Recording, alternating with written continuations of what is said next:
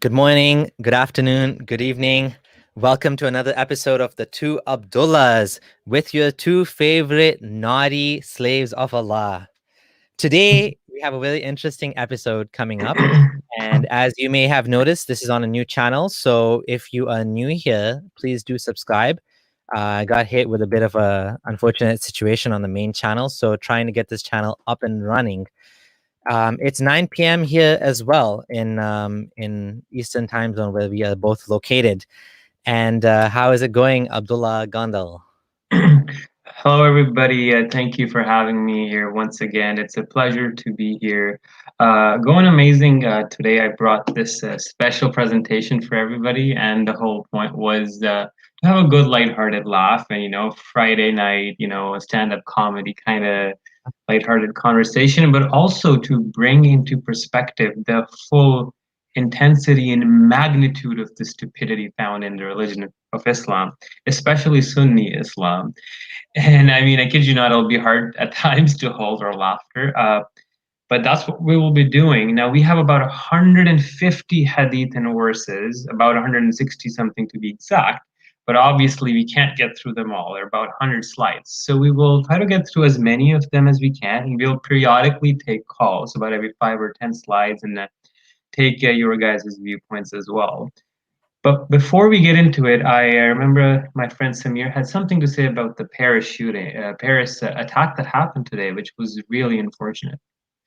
Oh yeah. Let me just load that up on the news article. What happened there? So, Paris attack.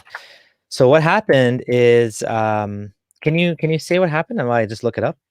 Oh Yeah. yeah, So fatal what? egg attack. Yeah. So this person apparently attacked a history teacher because he was defending, or at least lecturing about freedom of speech in a classroom in France, and the attacker beheaded him at about 5 p.m., they say, in a suburb of Paris. He was eventually shot dead by the police, but he was yelling Allahu Akbar and whatnot. And this just goes to show that why we do what we do and why we need to keep uh, criticizing this faith and normalizing dissent and eradicating this concept and idea of blasphemy. Um, it's very, very unfortunate what happened again. At the same time, I'd like to say one thing, that we cannot keep turning a blind eye towards this, saying that, oh, Islam has nothing to do with this. Islam is a religion of peace. Let's be realistic. Let's stop messing around. The problem is your books. Your prophet killed blasphemers and poets. His companions followed suit. And not only that, the earliest scholars of Islam have books and books full of this nonsense. And it's like Imam Ahmad ibn Hanbal, Shafi, Malik, all sorts of books you'll find. And until Muslims are willing to denounce these medieval scholars and these medieval scholarship that they keep idolizing, nothing's going to change. You have to explicitly come out and say that, hey, Ibn Taymiyyah's book, The Unsheathed Sword, is absolutely bonkers. Like, we do not need this. So, anyways, let's not Yeah. digress too much from the topic and get back to it. Yeah, exactly. Just obviously, we're not saying all Muslims believe this, and obviously, you can't just assume. I mean, support this, and obviously, you can't just assume that just because someone's Muslim that they would support such a heinous, evil thing. The majority of Muslims do not support it because the majority of Muslims are better than the holy books and the holy books and the holy teachings. Obviously, many of them, unfortunately, even today in this world, still see this as something that needs to be done in order to protect the religion.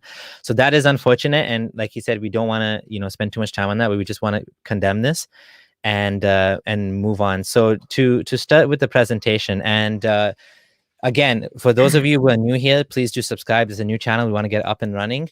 And as well, I have a link for a mailing list and a link to donate, because we don't have any super chats today. We don't have any way of getting super chats. So all of the donations, if you want to send, it'll be through PayPal. So please do send them on there. Now to begin, Circus of Islam. Why did you call it Circus of Islam? What's the purpose there? So the point of calling this a circus is it's literally a circus. It's like a stand-up comedy show. And Like if you're talking about flying carpets, genies teleporting, possessing people, and then talking babies, and then dead meat making dead people come back to life, all sorts of absurdities. Like we'll see. Well, let's get into it because Uh, well, so start with the first slide that says floating mountains. So as you can see, it says in Surah 2, verse 63, and we took a promise from you and lifted the mountain over you. So basically, Allah was mad that these people aren't listening to him. So he scared them by just uprooting this mountain and just floating it over them, as you can see. And on the right side, we have Tafsir al-Jalalain tell us that again. We uprooted from the earth and placed above you when you refused to accept it. So this God is threatening people with floating mountains, which is quite ridiculous. yeah. Oh my God. So we have zombie birds. Who would have thought? So this is a very common known story. What happens is Abraham was kind of, I don't know why he was not sure of Allah's power or his dominion. He says, "Oh my Lord, show me something how you give life to the dead." And Allah is like, "Have you not believed?" And everyone, of course, I believe. I just want to make myself satisfied, make my iman stronger. I need a sign from you, O Lord. So the weirdest thing happens. Allah says, take 4 birds and commit them to yourself. Then after slaughtering them, put on each hill a different portion of them and then call them. And then they all came flying together. So if you're on the right side, what he's saying is that he took the heads and he held the heads, and then he mixed together their flesh and feathers, then set a part of them on every hill in the land. And then he summoned them, and they came to him. So he called them, and all the parts began to fly back together, combining until they were all. So he was holding the heads, and this leg is coming flying, and then this wing is coming flying. Oh my God. And Okay. they add a lot of drama in the tafsir. They add a lot of content. Abraham took a peacock, an eagle, a raven, and a cock. So he took 4 different types of birds. I don't know how he found them. And just to highlight, Leeson on Faith's comment here, most Muslims are completely unaware of what is in Islam's early source material and what the Mujaddideen have written. It's so true. Exactly. And And the the thing is, like, reason what we'll I was gonna say the reason why you included tafsir is just to show that that doesn't mean this is the only interpretation, but this is like a legit Sunni interpretation. These are major scholarly works that have the tafsirs, the exegesis on the Quran. So we're not strawmanning or making up the meaning. This is actually what it means. All right, let's go to the next one. Oh, the F-16s here, the most famous, my favorite plane. But so we know that Allah sent an army of birds with pebbles in their mouth, and then they dropped those pebbles and they killed a whole army of elephants. Uh, Now, one wonders, like, what was Allah? This is Allah's F-16 army, coming in with those heat-seeking missiles, firing at those elephants. But what doesn't make sense is like, what? How did the birds coordinate? How did the elephants get to Mecca? First of all, in 7th century, 6th century Arabia, it was in 570 A.D. We'll stop at that and move on to the next one. Oh, that's Zeus, right? Is that Zeus? Yeah. What do we have here? So in 255, Allah says, and recall when you said, "Oh Moses, we will never believe you until we see Allah outright." So people object to Moses, show us Allah. So Allah was so mad at that demand of these people, he took a thunderbolt and then just threw it on them. And then he revived them after killing them. I don't know what the point of that was. And the same story is repeated in Surah 4, verse 153. So the thunderbolt struck them for their wrongdoing, and they took the calf for worship. So Allah kills them, revives them, and they still don't listen. They go worship the golden calf. I mean, These Allah needs to people. work on these people. Avengers Age of Ultron was loosely based on this. Oh Lord. It's kind of funny, yeah. And Yeah. it's interesting that these this thunderbolt idea and this idea of God up there was doing all of these things. Suddenly he stopped doing all these things, but early on he was so involved. He was like lifting mountains and throwing thunderbolts, It's like a sending miracle every birds. day, you know? Yeah, miracle every day, and now in like nothing. For 14 centuries, man. Yeah. Ooh. Is that a party and a table with Jesus and his disciples in the corner? Oh man, what is going on here? So Oh, this another is Surah interesting Maida. story. Yeah. Yeah. So this is an interesting story in Surah 5, verse 114 and 115. So here we see Jesus, the son of Mary, said, "O Allah, our Lord, send down to us a table spread with food from heaven to be for us a festival." And then Allah actually said, "Yeah, indeed, I will send it down," and yada yada yada. He sent it down. And when we get to the tafsir of Jalalain, we find out what it was on that table. So it says, "Verily, I shall send it down. But whoever of you disbelieves afterwards, after it has been sent down, I'll surely chastise him with a chastisement, and he's going to punish them a lot." So the angel descended with it from heaven. On it were 7 loaves and 7 large fish, so they ate of it until they were full, as related by Ibn Abbas. In one other hadith, it says that it consisted of bread and meat. So just kind of funny that like there's this table floating and these angels are holding it, bringing it down with 7 loaves of bread and 7 loaves of fish. At least I'd expect Allah to give them something more sophisticated. I mean, bread and fish. Like, come on, give them something else, like spices, Yeah. garam masala. Yeah. Allah's culinary skills are not up to par. Gordon Ramsay will be very mad. Hold on to your snake. Okay, so Moses threw his staff and it became a serpent manifest. And it says in the tafsir that it was a male snake. I don't know why that's relevant, but apparently it was a male snake. And Firaun jumped from his throne and said, "Help, help," because the snake came his way. Oh wow, there's even Oh more my details god. than that. It says it went to its Firaun to swallow him. Whoa, whoa. Placing its lower jaw on the ground, its upper jaw at the top of the palace. That's a big How ass big was snake. this? That's a big ass snake there. You can make enough get enough leather from that snake for the whole palace, eh? You Imagine when make it a nice sheds its movie. skin. Yeah. Oh Uh, man. Should I he continue? was Okay. frightened. Okay, Aquaman. Aquaman. What is this? What is going on? So Allah says to Moses, it's Moses again. Yeah. We inspired Moses, strike with your staff the sea, and it parted, and each portion was like a giant towering mountain. So Allah like tells Moses, hit it with the stick, and then suddenly there's these paths of like these appear in the ocean, and they're as big as mountains.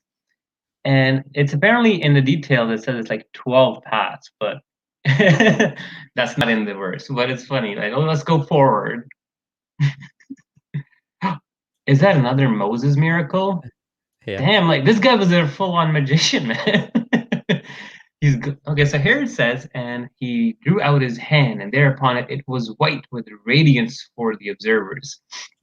So what seemed to have happened is Moses had a miracle where he'd put his hand and then he'll put it in his armpit, put it like this, and then white.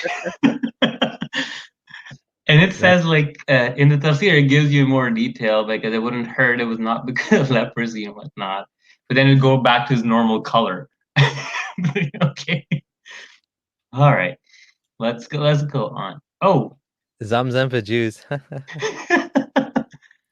So this story is, oh my God, more that stack, that wand. Moses had a magic wand, magic stick. He hit that same stick now on a rock, and 12 springs of water came out of it.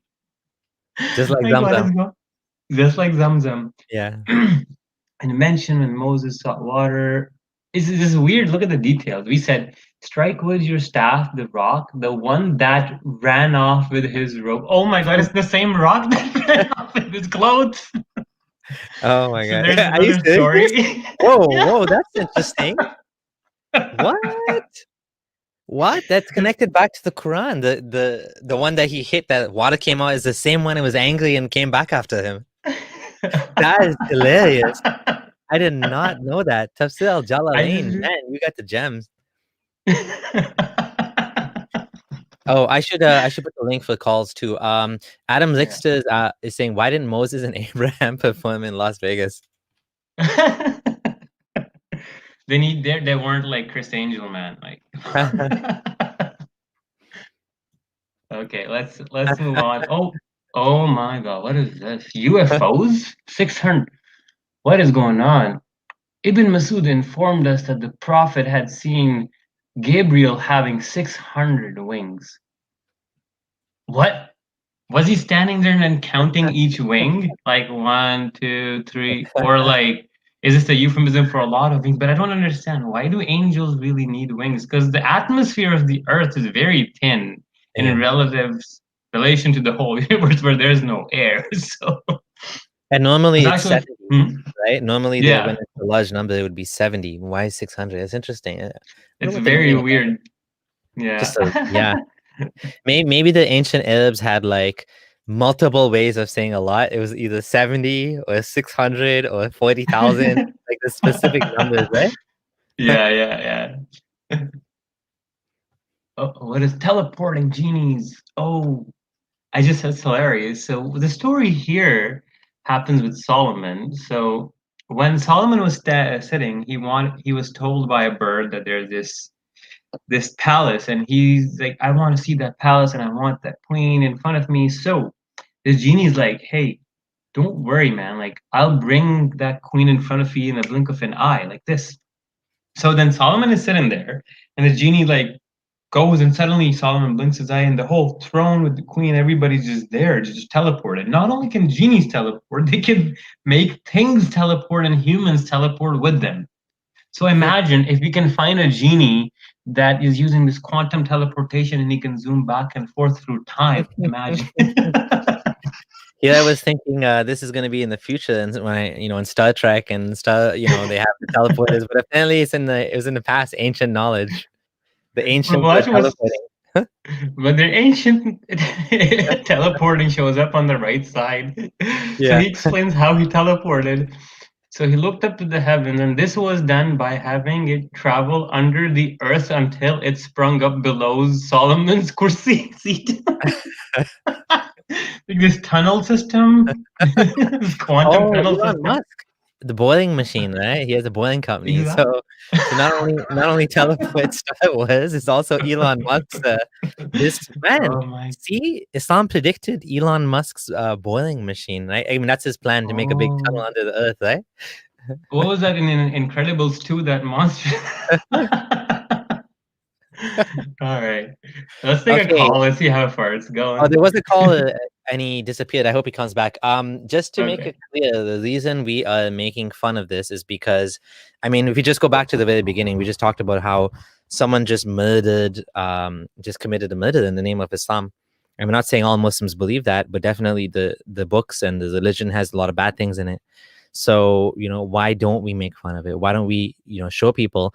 And the combined effect of like highlighting all of these things at once is to make people shocked and to believe and to realize that, whoa, I like all of these crazy things are in Islam. I mean, and Abdullah Gondal, what would you say while we're waiting for the caller? What would you say if someone told you, well, God can do anything. God can make genies teleport, and he can make Elon Musk boiling machine in the past, and he can make fish that like, oh, we didn't get to the fish yet.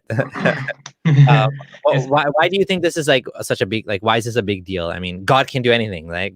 so God can do it's anything, but funny. apparently, hold on, God can do anything, but he can't come down as a man. Apparently, that's not allowed. That Well, can't he happen. did though, but as per Christians, he did though, right? Like half the No, world I'm does saying think. according to Islam, he cannot do that. That's not allowed for him to do that, or that's not befitting him, or whatever. But he apparently all these other things are. Um, Yeah. So one thing I'd say is like, why does God always choose to do these weird stuff, and that too only show it to people that lived thousands of years ago in the age of ignorance and superstition with no way of validating this? yeah. Why does he only choose those people? And isn't it kind of unfair on us? Also, why did he take early retirement like 14 centuries ago, man? Like if Muhammad's Meccan people can see the splitting of the moon and then they have something to go off on, but why wasn't it shown to us? Maybe split the moon again. Like how hard is it, Allah? It's But not the fair, point right? is that, Yeah. and if you say God can do it, well, then every religion can justify anything and everything using that because there's no, you end up blurring the line between reality and supernatural at that point, right? Hmm. You're Yeah. saying my Yeah. God is true, and if anything goes, anything goes. It's just that this God chooses the most pettiest ways to manifest himself. That is true, and that is a problem when we talk about things like Noah's Ark as well, and when we say that, well, God, it was a miracle. The bears and the wolves didn't eat the cows and chickens, and but then if that was the case, then why go through that whole process anyways? If everything is just going to be an appeal to supernatural, right? Mhm. And there is a sort of movement now for some people to say there's no supernatural. This guy, I mean, Mufti Abu Layth, I think, is one of them, and obviously Ismailis believe that. Ahmadis, they say there is no supernatural. So all of these stories, I don't know how they interpret them, but obviously we're talking about the Sunni perspective here, and we're going by that.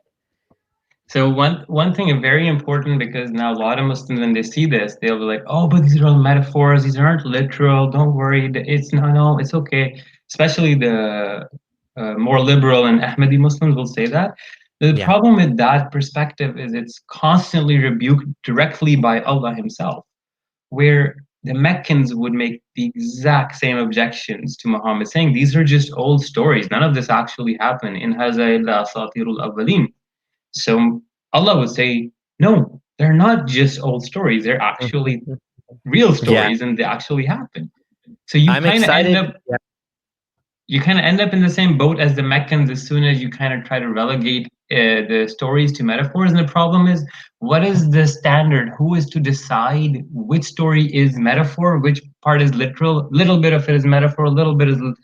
How do you know? Because at that point, you're depending on scholars deriving these interpretations, not God telling you himself, right? Zandaf, the med says, good point, Gondel. And one Thank more you. thing is, I was gonna say I'm excited. I'm waiting for the day where the Dawa guys will start saying that the stories in the Quran are not actually like there's just fables. I'm just waiting for that day because I think that's the next step after the whole scientific miracles is a wash now. The next big thing and the preservation is a wash now. The preservation of the Quran.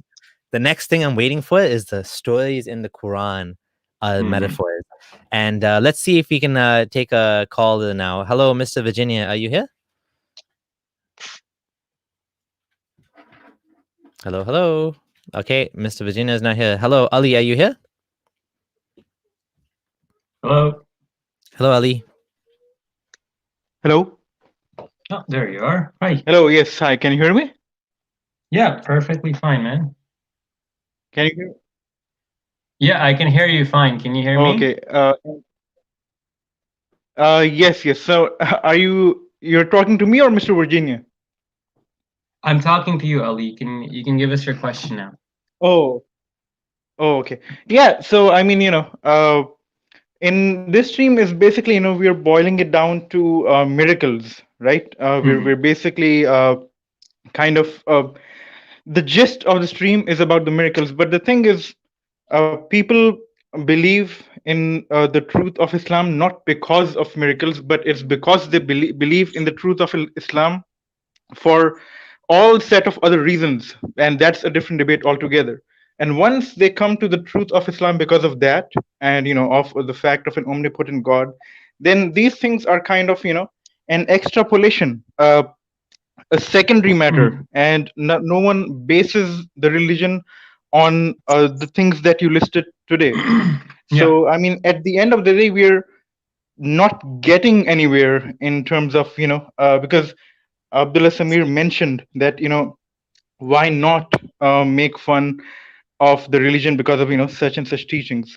Then, I mean, no one's stopping. But at the end of the day, there are people who believe in it and base their belief in it on on entirely different set of things altogether. And then, go ahead.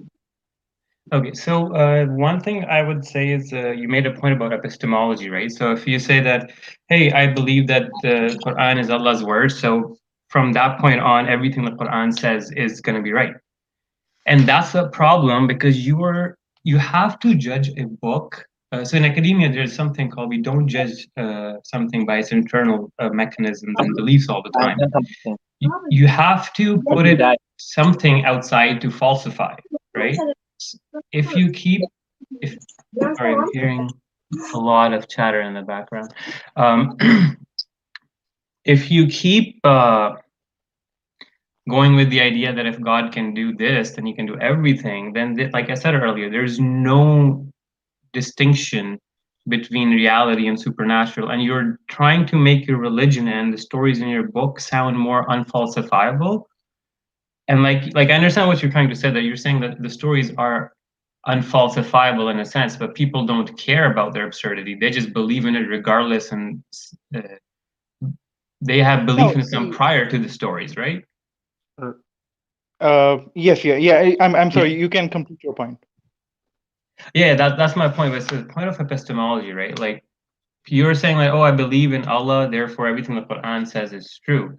But what I'm trying to say is, Uh, when the Quran makes claims about the physical world and how these miracles happen, then these miracles leave or should have some reminiscence or some form of falsifiability to them, because then you don't really have anything, because you're just creating an unfalsifiable loop.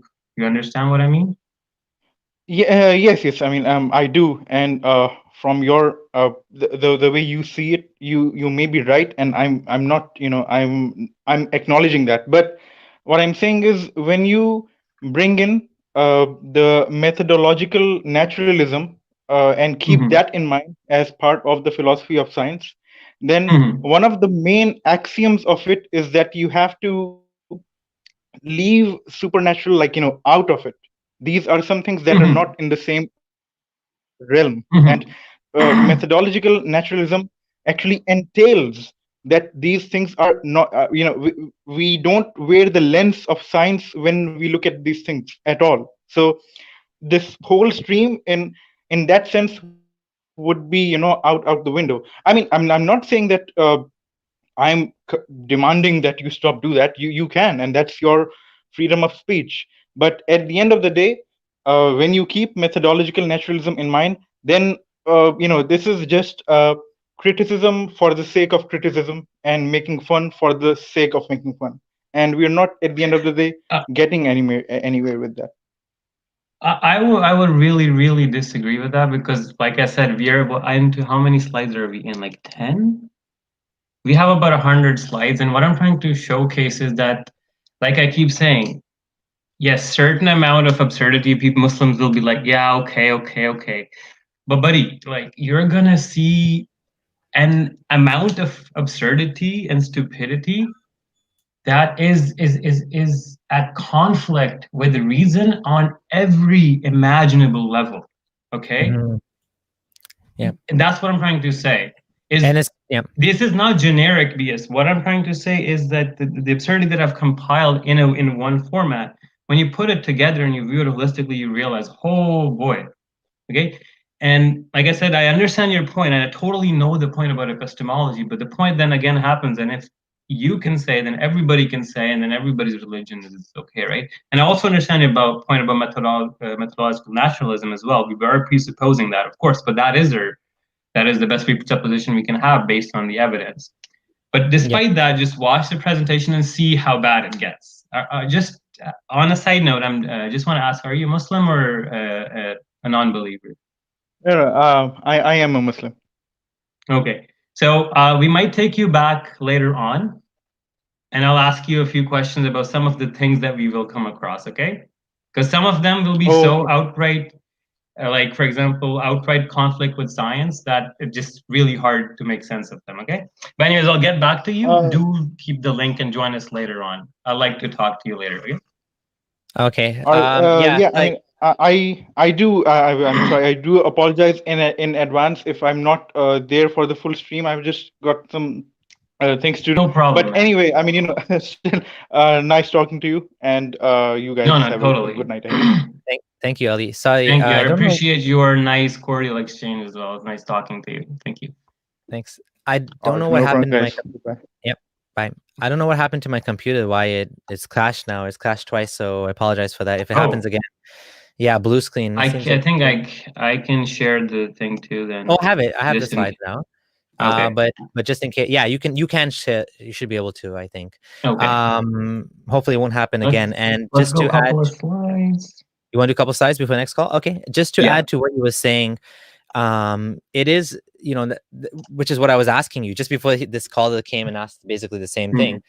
And it is one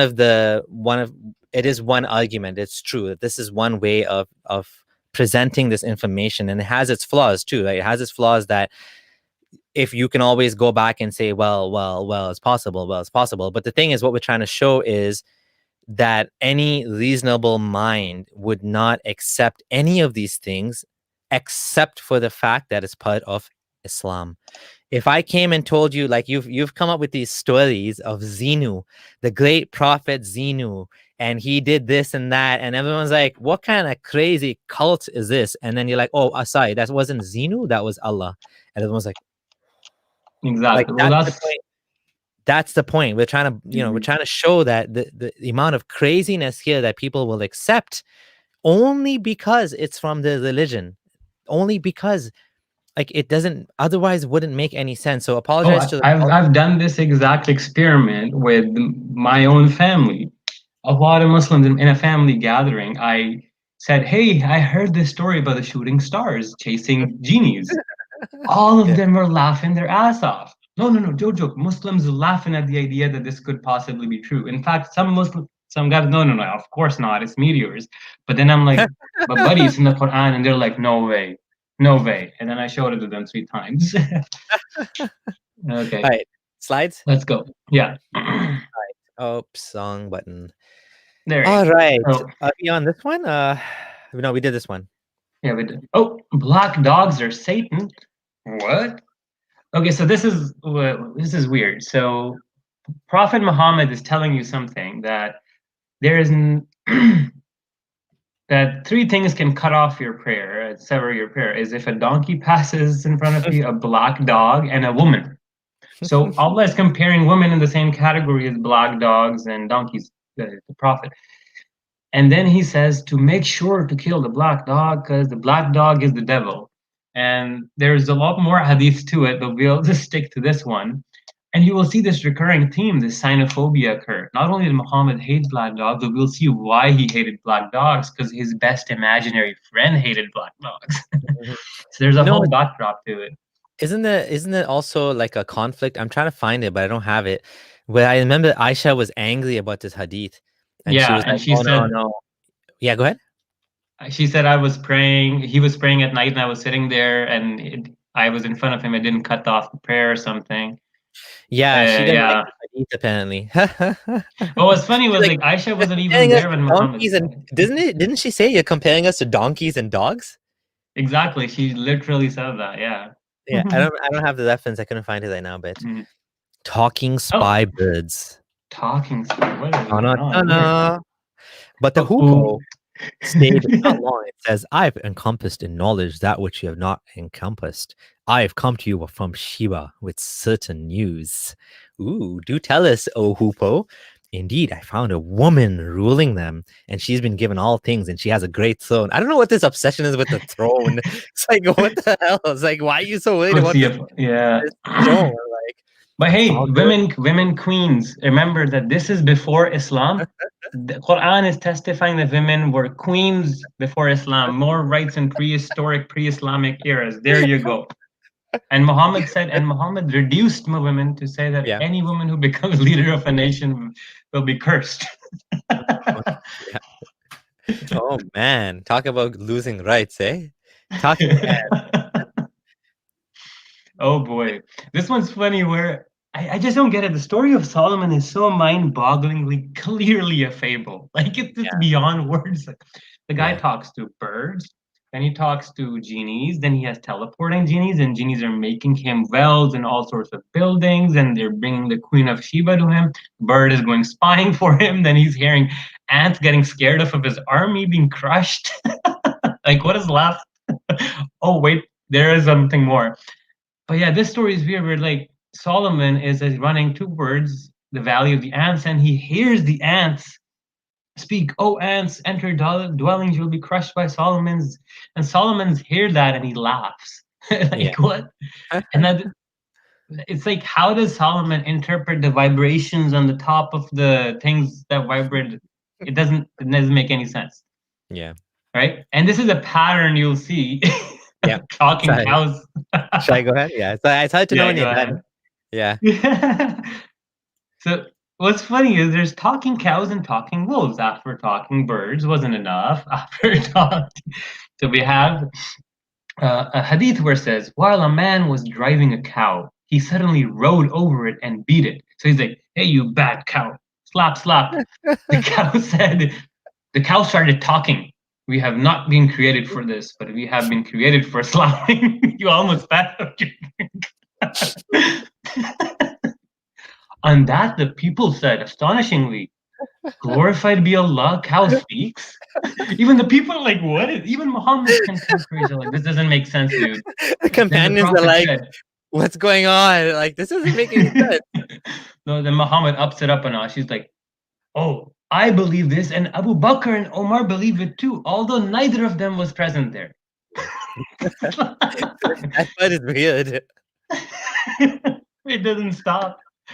Then suddenly, while a person was amongst his sheep, a wolf attacked and took one of the sheep. The man chased the wolf till he saved it from the wolf. Whereupon the wolf started speaking, "You have saved it from me, but who will guard it on the day of the wild beast, where there'll be no shepherd to guard them except me?" Giving What? dawah. The wolf is giving dawah, man. The wolf is giving- You guys have to worship Allah because you have judgment, and who's gonna guide you when there's no guardian? Wolf dawa. There's what is it, like jinn dawa? The jinns give dawa. The wolf gives dawa. The trees give dawa. It's like, what is this? And then the wolf speaks, and even people are like, "Subhanallah, how does the wolf speak?" And then the Prophet says again, "I believe this, but Abu Bakr and Umar too, and they weren't even there." What is going on? Oh my God. I took a class called Prophetic Dawa, and it's like you could make a whole class on this. Like, when someone doesn't believe it, I believe it, and even this guy believes it, and he wasn't even there. Oh my God. This is blind faith in action. Yeah, let's go next slide. Oh boy. As if talking animals weren't enough, you have stones. This is even before Muhammad became a prophet. So he'll be walking by in the valleys of Mecca, and then suddenly he's like, "Hey, Muhammad, what's up? Salam alaikum, bro." And Muhammad's like, "Hey, stone, what's up, man?" It's just like, he recognizes the stone. Like, the stone is a specific stone, too. You should have taken it home, man. It's like a little pet, right? You actually have pet stones, people do. Wait, actually, I have a stone if I can find it. It's a pride rock. That's okay. Does it talk though? No, it's just like a rock that has a rainbow painted on it. Haram. Rainbow is LGBT. Haram. But Allah made the rainbow in the nature. I'm just kidding. All right, let's go. Okay. I'm gonna post a link again. When should we take the next caller? We should take 1 or 2 more slides till the talking section's done. Okay. I can't see the slide numbers here. Okay. So let's finish the talking section. Let me know when you get to callers then. Okay. I don't know the slide we're on. Talking tree plays hide and seek with genies. Ya Allah, what is this? What is in Yasir Qadi voice? What is all this going on? So who informed the Prophet about the jinns at the night when they heard the Quran? He said, "Your father Abdullah informed me." That a tree informs the Prophet of Allah. Subhanallah. It's mind-boggling that this guy is talking to genies And not only that, the genies he's not sure if they're there, so the tree's telling him at the same time, hey, Muhammad, there's a genie right there. Now, isn't it funny? It's very similar to the Day of Judgment when the trees and the stones will yell, hey, there's a Jew hiding behind me. Yeah. Yeah. Like, what is this thing? This guy's talking to genies and trees at the same time. Subhanallah, indeed. Yeah, that's weird, eh? Like it's not like it's like the tree told him, the talking tree told him about the magical fairies. Like When you weird. put it like that. Very logical religion. Most, you know, the funny thing is, I used to believe this was the most logical religion. I mean, everybody believes that. That's another myth we have to smash, that we're gonna smash right now. Most rational religion, my ass. This is like debunking of the most rational religion right here. Right? Like this is not, none of this is rational. And we're only on slide what, 18? Okay. We better keep going, right? Oh, there's talking food now? And moist fingers. Okay, that sounds weird. Let's see, what is this? We used to eat food with the messenger of Allah, and we would hear the food tasbih. So you take a food bite and you're like, Subhanallah. The food says Subhanallah, Allahu Akbar, Alhamdulillah with every bite. So like it doesn't end. The absurdity just like, okay, I get it, you like the talking birds. Okay, I get it, you like the talking cows and wolves. Okay, now food. Okay, trees. And then what's funny? Yep, go ahead. It doesn't stop. It said the Prophet was brought a container. So he's like, oh, let's put my hand in the water. And then it came out and everybody had enough water. One container fed the whole tribe. So there was this meme that they had like these small like water taps on the fingertips of mom. And you know, we gotta make this clear that it's not just, I mean, this is the Quran too and the Hadith combined, both have the same absurdity. I mean, some of the absurdity in the Hadith is like next level, but it's in the Quran too. Like we're quoting Quran, not just Hadith. It's all over the place, right? I love this. So go ahead. I love this comment. A tree is in the Isnad. Narrated from my Abdullah that the tree told him that the Prophet told him that there was jinns. Oh man, okay, that's funny. That is very funny. Hadith science 101. Trees. Oh, is it?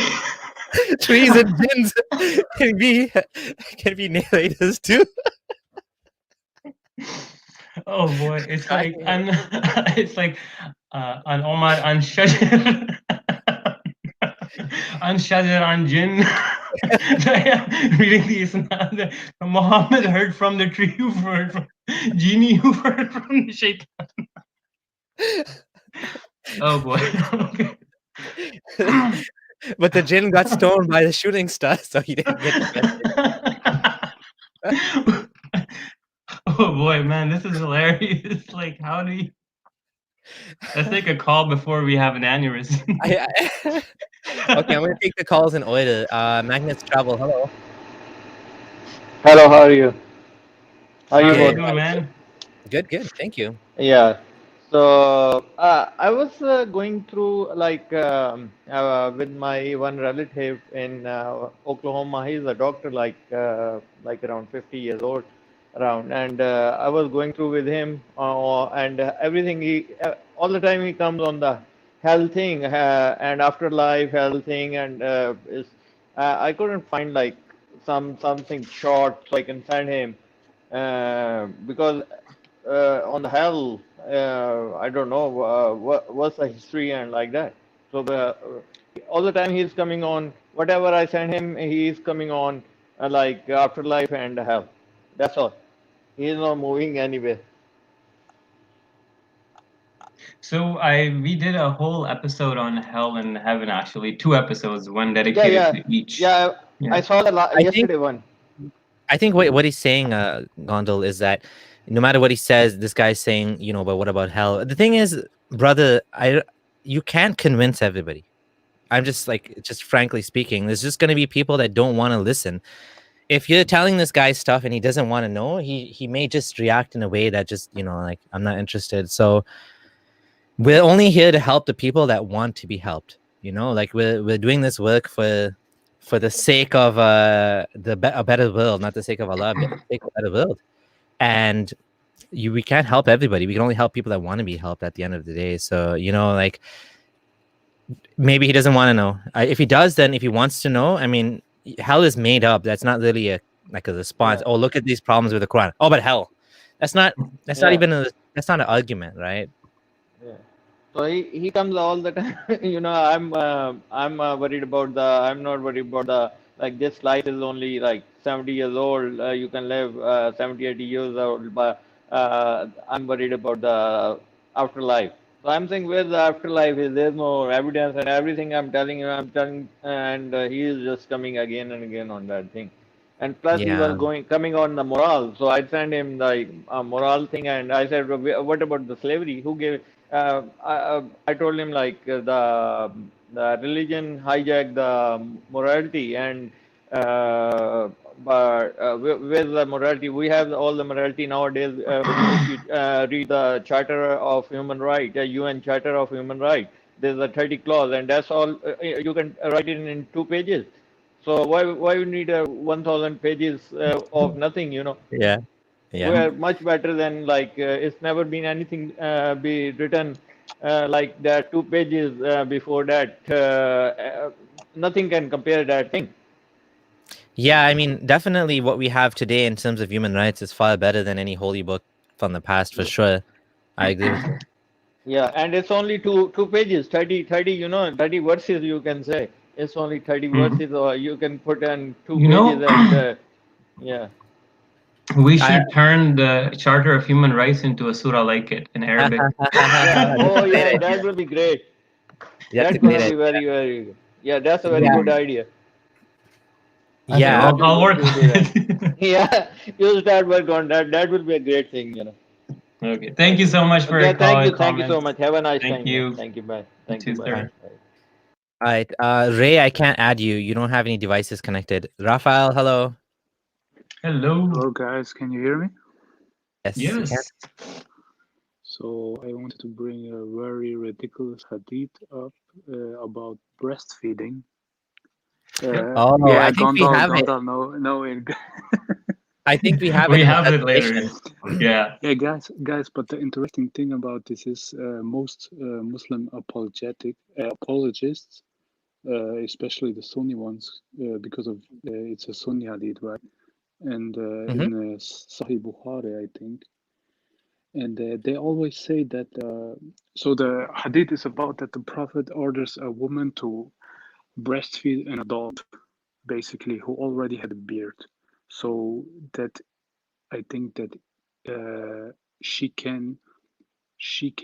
can go in his house in and out.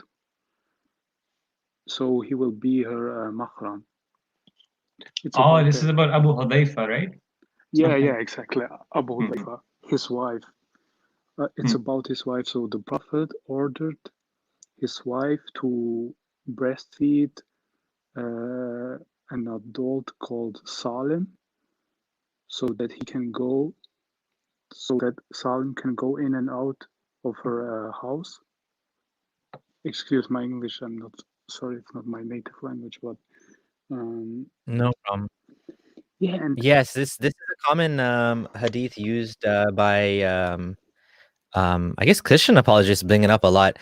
And she I she do, has also yeah, I was gonna say Sunnis don't, as far as I know, don't actually do that. Like It I was haven't heard of, abrogated anymore. Yeah. yeah, I don't know Like why. cancel it. Like I never heard of I wish I was a Muslim in the early days of Islam. It'd be halal titty section. yeah. Thanks but for your call. Is there anything else you want to add? But because we do have a lot more slides actually on funny, hilarious oh things. yeah, sorry, but I just wanted to add that most of the Muslim apologists say that she didn't directly breastfeed You him. put in the cup. Yeah. But the funny thing is, the Salafi scholars like Sheikh al-Albani and Sheikh Ishaq al-Hawaini, I don't know if you heard about him, uh, those two guys said in an audio that it was directly, and that there is nothing sexual about breastfeeding or a woman showing her nipple and stuff like that. You really What? should 'Cause check it out. It's on YouTube. It's That's a very video weird about because that goes against the idea of modesty. Then. guys. But then again, the Guys, you slaves won't believe no that. shirt. If you hear that, you won't believe that. Mm. Sheikh Al-Hawani, he's from Egypt. He says that she breastfed him directly, and all the guys who say no, it's not directly, they lie. They feel just ashamed. Like this guy, Interesting, yeah. this sheikh is straightforward, like Well, Sheikh Al-Albani also. So you should definitely check this out. there's another variation. Well, in the future, what ended up happening was Aisha took this as a precedent that she could breastfeed anybody, but she didn't have milk of her own, so she sent it to her sisters. It's so ridiculous. And the Shias, they say she did that so that a strange man can go in and out, like in her house after the Prophet's dead, so that she might did something. I don't know. With them. I mean, she was young, so I wouldn't put it past her, and she's already been in a scandal. Yeah. Yeah, but all right. Thanks for your call, man. Yeah. Okay. Thank you. Thank you so much. Thank you so much for calling. Bye, guys. Thank you. Bye. I'm just looking it up on Islam QA. It does say that Al-Qurtubi and a number of other scholars understood this verse can only occur. Well, the mahram relationship that is the same as the mahram relationship to blood ties can only occur within the first 2 years, because according to the Quran, you can only breastfeed in the first 2 years, and it says this is the view of Zuhri, Qatada, Ash-Shabi, Sufyan al-Thawri, al-Wazai, al-Shafi, Ahmed, Ishaq, Abu Yusuf, Muhammad, and Abu Dhar. So just to not strawman Islam, because I don't like to misrepresent what Muslims actually believe. This is a very, very fringe opinion of this Egyptian sheikh that you mentioned, because I just looked it up just to be on the safe side, because I know as a Muslim I've never ever like heard of this happening. I know the hadith is there, but people have to realize that the hadith being there doesn't always translate into an actual ruling, right? Because it can be abrogated, or it could be like whatever. There's so many ways, right?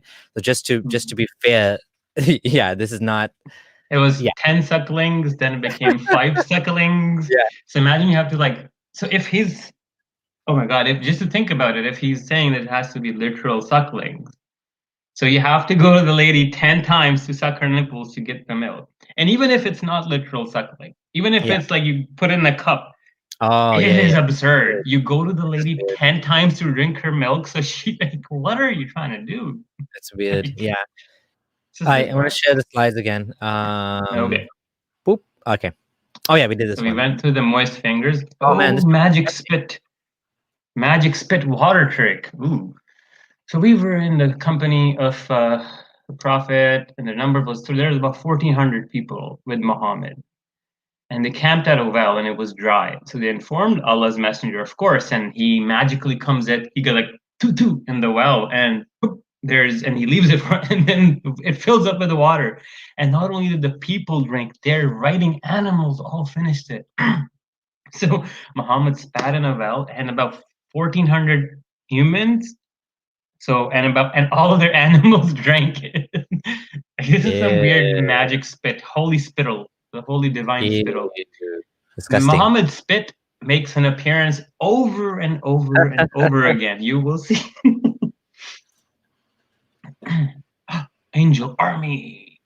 It's kind of like the so here is talking about one instant where it says we will reinforce you with 3,000 angels, but we instead did it with 5,000, and then they had these markings of distinction on them. So I can imagine that the Muslims are fighting in the war, and then these angels come wearing, I don't know, these bandanas or something with color coded, or like these armbands, so they know who's who. So the angels don't confuse and kill the Muslims. I don't know what the point was that, or the Muslims know. That's true. The Muslims don't even know what these people are, right? Yeah, we're just fighting, and these like thousands of angels are coming out, right? Yeah. But it's just bizarre just seeing this whole thing. And the funny thing is, like, angels came and helped in Badr when the Muslims won, but when they lost, Allah was not sending the angels, although He had promised He would, right? So And it's so funny. hold on a second. Here's another funny thing. It's a specific number, 3,000 and 5,000. Like, why? Why does it matter? You can send 5. That would be enough. You can send one Gabriel who covers the whole horizon with the 600 wings. Like 5,000 angels. Like, what kind of stupid angels are these? It's not or very like good what, at fighting 1,000 people. Qurayshis, you need 5,000. This is so ridiculous. Right? Anyways, fine. Allah needs to work on his U.S. military can train the angels. Yeah. What is this progeny of Satan? So here it says, we said to the angels, prostrate to Adam, and they prostrated, except for Iblis. He was the jinn. So what they're telling him, and then you'll take from him and his descendants as allies. So apparently, Satan has a whole lineage, a whole army. Like like there's a lot of angels, there's a lot of Satan. The big Satan is chief of army staff, is chief of family affairs, and then there's this whole little army. So that's interesting that there's a whole army of Satans. Man, there's an army of genies. So there's how many mythical creatures have we gone in so far? So we have genies existing with their whole absurd. They can have sex with humans and all possess humans, shapeshift, teleport. Then there's these angels that have wings and they fly around with 600 wings, carrying messages from God, cutting up people's chests to clean their hearts out. And now we have Satan, and then angels are fighting in the battles. Like, I could actually write a whole fantasy novel out of this, honestly.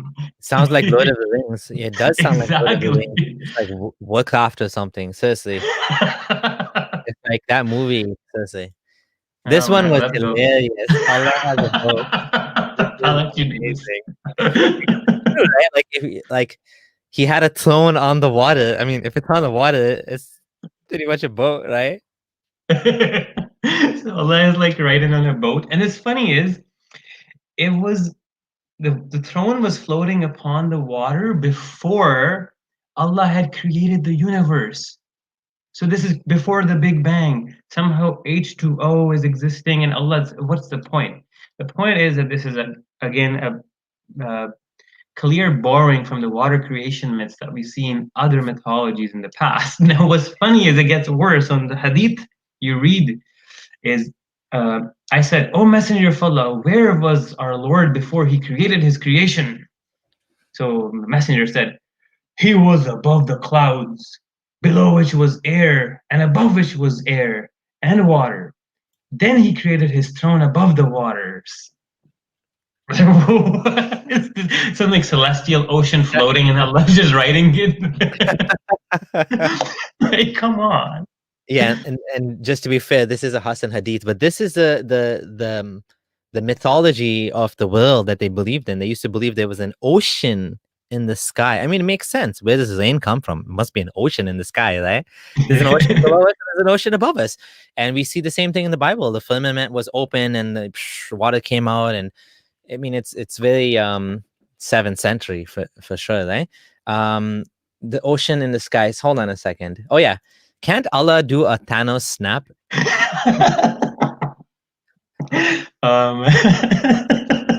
Now watch what happens next. You thought only Allah has a boat? You thought only Allah has a boat? Go next line. Hold on, there's another comment. So Allah was on cloud 9.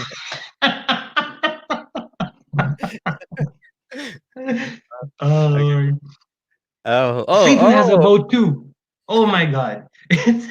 Satan's like, you, Allah have a boat. I'm gonna get myself big boat, big Titanic. So look at this hilarious. This is insane Muslim. Iblis places his throne upon the water. He then sends detachments. So so this is the HQ, the Satan HQ on the water island or something. Yeah, and if people are kind of wondering why, like, I was confused about this too. A lot of us modern people, modern Muslims, were confused about this whole water thing. Like, why would there be water? Because we know the world wasn't water before, right? And what I finally understood is when I was watching crash crash course mythology is that a lot of ancient peoples have these myths of coming from water, because when you look at the ocean, all you see is water, and it goes on forever and ever. It seems to be going on forever and ever. And on top of it, they didn't know that the Earth was round and a globe. So when they see the water and they see that the water has been there, and they haven't been there for a long time, but the water has always been there, the whole life. This just sort of makes them feel like, this is, maybe that's what it was. It was always water, and that's why we have Allah's throne was on water, and then in other creation myths, again, the earth came out of water. So there's a lot of things like that because of the way that the ancients used to look at the world. Mm-hmm.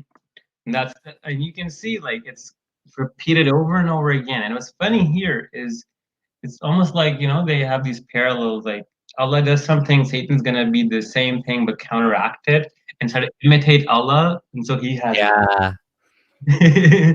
and it doesn't like the implication of it being a throne means it can't move, so it's like a standing boat, literally. It's like a houseboat. It's not a boat that actually well, I don't know if he has like engines or jet engines in the back or something. It's eight angels, eh? It's like 8 angels. It's right here. It's the next slide. All right, perfect.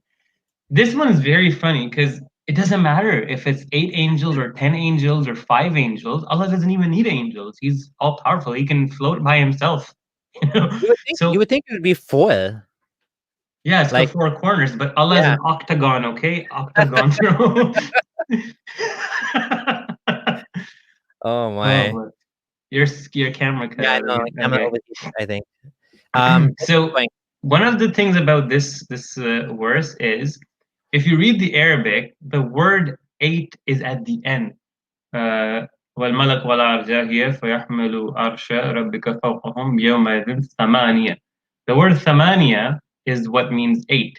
Now, this is solely put there to hold the rhyme. Because if you notice the verses before and after, it's the rhyme that's maintained because of the word samani. It could be 12 angels, 10 angels. Theologically, it's no change, no difference. You can clearly see why this was added here. And you can see that in the tafsir of Jalalain, it says... Sorry, I missed that. Why was it added? I didn't get that. So if you were to read the ayat before and after, or the whole theme of the rhyme of the surah, the word samaniya, the word 8, is just there to hold the rhyme. Because theologically, 8 has no importance. It could be 7. Oh my. Are you serious? Yeah. If you open show it to the people, Surah 69, let's just look at the verses so you'll see. Okay, yep. Yeah, just those 2-3 ones. 69, 17? Yeah. 17, right? So as you can see, like we'll start from يوم يزيون وقعت الواقعة. Yep. وانشقت السماء فهي يومئذ واهية. Yep. والملك على أرجائه يحمل ربهم يومئذ ثمانية. So that ثمانية, واهية, واقية, خافية, the next one, they all rhyme. And ثمانية is very important to hold the rhyme. Kitabiya. Yeah. Kisabiya. So that's one thing I noticed too, that it could be 7. Radiya, Aliya. Yeah, you're right. Amazing. This is wow. That's a fantastic point. I didn't even know that. That's really interesting. All right, should we take more callers? Now's a good time. Let's take a few callers. Hey Ray, I know you've been trying to get on for a bit. How annoying. Hello. Yo, bro. What's up? What's up, man? How's it going? I'm doing good, bro. What about you? Good. Thanks. Yeah. So, firstly, I'm not really gonna talk about the hadith, but just the one about the dogs and the women and all that. I mean, if you go to Bukhari, Volume 1, Book 9, 490. I mean, it kind of shows that it wasn't the Prophet saying that. So, say that again. Okay, Well, say that again. I'll type it. Okay.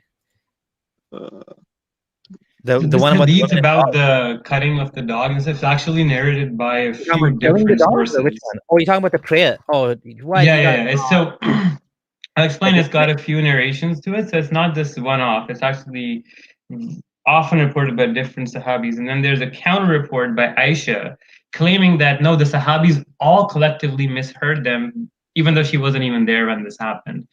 And then there's like back and forth that I was standing in front of the Prophet and he was praying, and I just pulled my legs, and his prayer continued. His prayer wasn't invalidated. And then there's another opinion where it's just for women who are not your mahram can do the invalidation, right? So there's Yeah, variation. I have But yeah. Ray, I do have a reference, another reference for you. Mhm. That is a Sahih reference in Jami' Tirmidhi that says it was directly from the Prophet. It says, I was one of those who held the branches. So he was shading the Prophet while he was doing the khutbah. So I guess they didn't have air conditioning back then. And he said, if it were not that dogs were a nation, and I would order that they would be killed.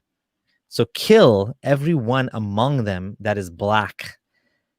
And then saying, if you keep a dog, not they, I mean, he is saying, if you keep a dog. So like Gondal was saying, there's more than one hadith on this. So, but yeah, maybe for that specific point about the yeah, dog breaking exactly. the prayer. Like we can go back and forth on that. I don't think in that case we'd make much progress. But Okay, I yeah, wanted to I found talk a about bunch actually. Yeah. So like I'm But looking that at specific hadith. I don't think. What was your point though? Your point was it's not a good hadith? No, I was saying that what's it called? I was just pointing out this hadith, and then there's a lot of different different hadith saying that, and yeah. So I mean, you guys like, have better points, so I was just pointing out this one. But anyways, I was actually, saying, just I to be wanted to say, fair. yeah. How about this very one? cool. That's This pretty one says, clear, "Life yeah. of the Prophet." But then I have the counter for it too, where in Sahih Oh, you do? Bukhari it says, yeah. Well, I'll just read it out. Do you make us women equal to dogs? Aisha said that, dogs and donkeys. And then she says, I used to lie in my bed, and the Prophet would come and pray facing in the middle of the bed. And I didn't stand in front of him. I used to slip away slowly, but his prayer wasn't severed. So No, there's yeah, that one. that's the one. That's the Exactly. what's it called? That's what I was quoting. Yeah. It's in this hadith. It says that they said to Aisha that these three things invalidate the prayer, and then Aisha says to them, "Do you think we're donkeys or something like that?" That's essentially what she said to them as a reply to them. So what I was trying to say was that when Muhammad made those statements that this cut off by a dog, woman, and donkey, he said that when Aisha was not there, but a lot of multiple different male Sahaba heard that. Now they brought it to Aisha, and then Aisha objected with her own reasoning later on. It doesn't mean that Muhammad didn't say it. It's just that she says, no, in her opinion, that's that. And you see this trend a lot where you have these Abu Huraira group and clan with one type of hadith, and then Aisha clan is with another. And it goes back down to like the history of hadith, and there's a lot of concoctions. And one of the reasons that I feel like why Aisha has narrated so many hadith despite being so young is because they can just attribute stuff to her, put her in her mouth, and say she said it. There's a very big chance of happening, right? I was gonna say that. Yep. Sorry. Go ahead. Finish. And then I'll talk. That was my point. So there's a lot of back and forth, and you can then the point then goes back to the hadiths itself, and I can show you numerous Sahih hadith within Bukhari that contradict Muslim. Like, do you know which eye the Cyclops or Dajjal is blind in? Because one hadith in Bukhari says right, and the other in Muslim says left. So you don't know, but it definitely says he's blind in one eye. So there are these kind of contradictions everywhere. But then again, like the hadith. I agree with you. But I think for this one, it's pretty much conjecture, you know. I was gonna say, with the hadith, you know, maybe it's possible that out of those three things, maybe he didn't say women, maybe he said dogs and donkeys, and someone else added women. But it just goes to show you that to this day we have hadith books with recollections that can't be trusted. Because we don't know, you know, if Aisha's. I mean, I'm kind of leaning towards what Gondal is saying, that Aisha was wrong here, and that, you know, her criticism of the hadith is probably not correct because there's a bunch of them, and we know. But maybe it is. I mean, at the end of the day, we're not Muslim, and we don't really care about the fiqh of it. But just as a point of contention, it just goes to show you that even the companions themselves had arguments about hadith. Started 1400 years ago, and now imagine after 1400 years, damn, like that is going to be amplified. Those problems, they're going to snowball over time. They're not going to get better over time. They're going to get worse. The point is there was no need for Muhammad to ever compare women with donkeys and dogs in the first place, even if he retracted it later on. Because we have to understand that the Quran says وَمَا يَنْطِقُ عَنِ الْهَوَىٰ إِنْ هُوَ إِلَّا وَحْيٌ يُوحَىٰ, that he does not speak from himself, he speaks only what is revealed to him, especially religious matters. So you're trying to at one point say, if he did say the dogs and women or donkeys are equal, well, that means he got it from Allah. And then Aisha saying, and then he maybe retracted because the hadith that later on he was okay with them passing if he put an izar or that barrier in front. So like I said, it's just problematic. Why does this nonsense even exist in the best religion and the epitome of like? No, but the hadith I gave you, essentially, it wasn't the Sahaba saying it to her. It was a group of uneducated or like people who weren't the Sahaba. Oh yeah. Oh no. I understand. I totally understand that there is a discussion and disagreement between Sahaba. But yeah, it's just going in circle at that point. But yeah, that wasn't that was just like the only hadith I wanted to comment on. But yeah, the other stuff about the Quran, yeah. So you can't take supernatural parts of the Quran and say, okay, that's not why it's false. I mean, you can obviously do that just to make fun of it, and I'm sure you have other reasons to believe why it's false. But I mean, I can't just open the Hindu scriptures and then look at the stories and then say it's false because of this, even if it's wild. There's other. Okay. I'll ask you a simple question: do angels exist, and can you prove me they talk to humans? That's the fundamental supposition of religion. Because if you can't prove that, then I have no reason to accept any of your supernatural premises. I don't need to give you any benefit of the doubt. I need to analyze your book. So here's something you understand. Like, as an atheist or an outsider, I'm not going to look at the Quran and try to analyze from its own circular logic and circular explanations it has created for itself. No, I'm going to find a book and I'm going to be like, okay, this book has XYZ claims about this, and this. Okay, this actually fits in with a lot of previous mythologies. The stories are copied over. And from a very holistic view, you can easily determine that, man, this isn't from God. Like, come on. Yeah, we can see the evolution of the stories too. Yes, exactly. You'll see all of it. Yeah, no, like one thing I want. You can analyze the claims made by the Quran. You can look at the prophecies. You can look at the prophecies in the Bible. Exactly. You can look at all these different things to see that. Yeah, exactly. Can I ask you a question? Can I ask you a question? Yeah. Do you think it's possible that Ganesh was really a man that, was it Shiva or Krishna came back? I forget which god it was. And he saw this beautiful young man with his wife. So he got angry, he chopped off his head. And then his wife was like, you killed a son. He's like, that's a son? Like, and she's like, yeah, you made me pregnant before you left. And he's grown up now and he's a big man. And the guy's like, oh crap. And he went and he found an elephant, chopped off the elephant's head and put it on the head of the boy. And that's a Ganesh. Do you believe that's possible? Is that possible? I don't believe in Hinduism. No. You just said that you don't believe in Hinduism, but you're saying it could be possible because it's a supernatural claim and we shouldn't deny supernatural claims. You just said that.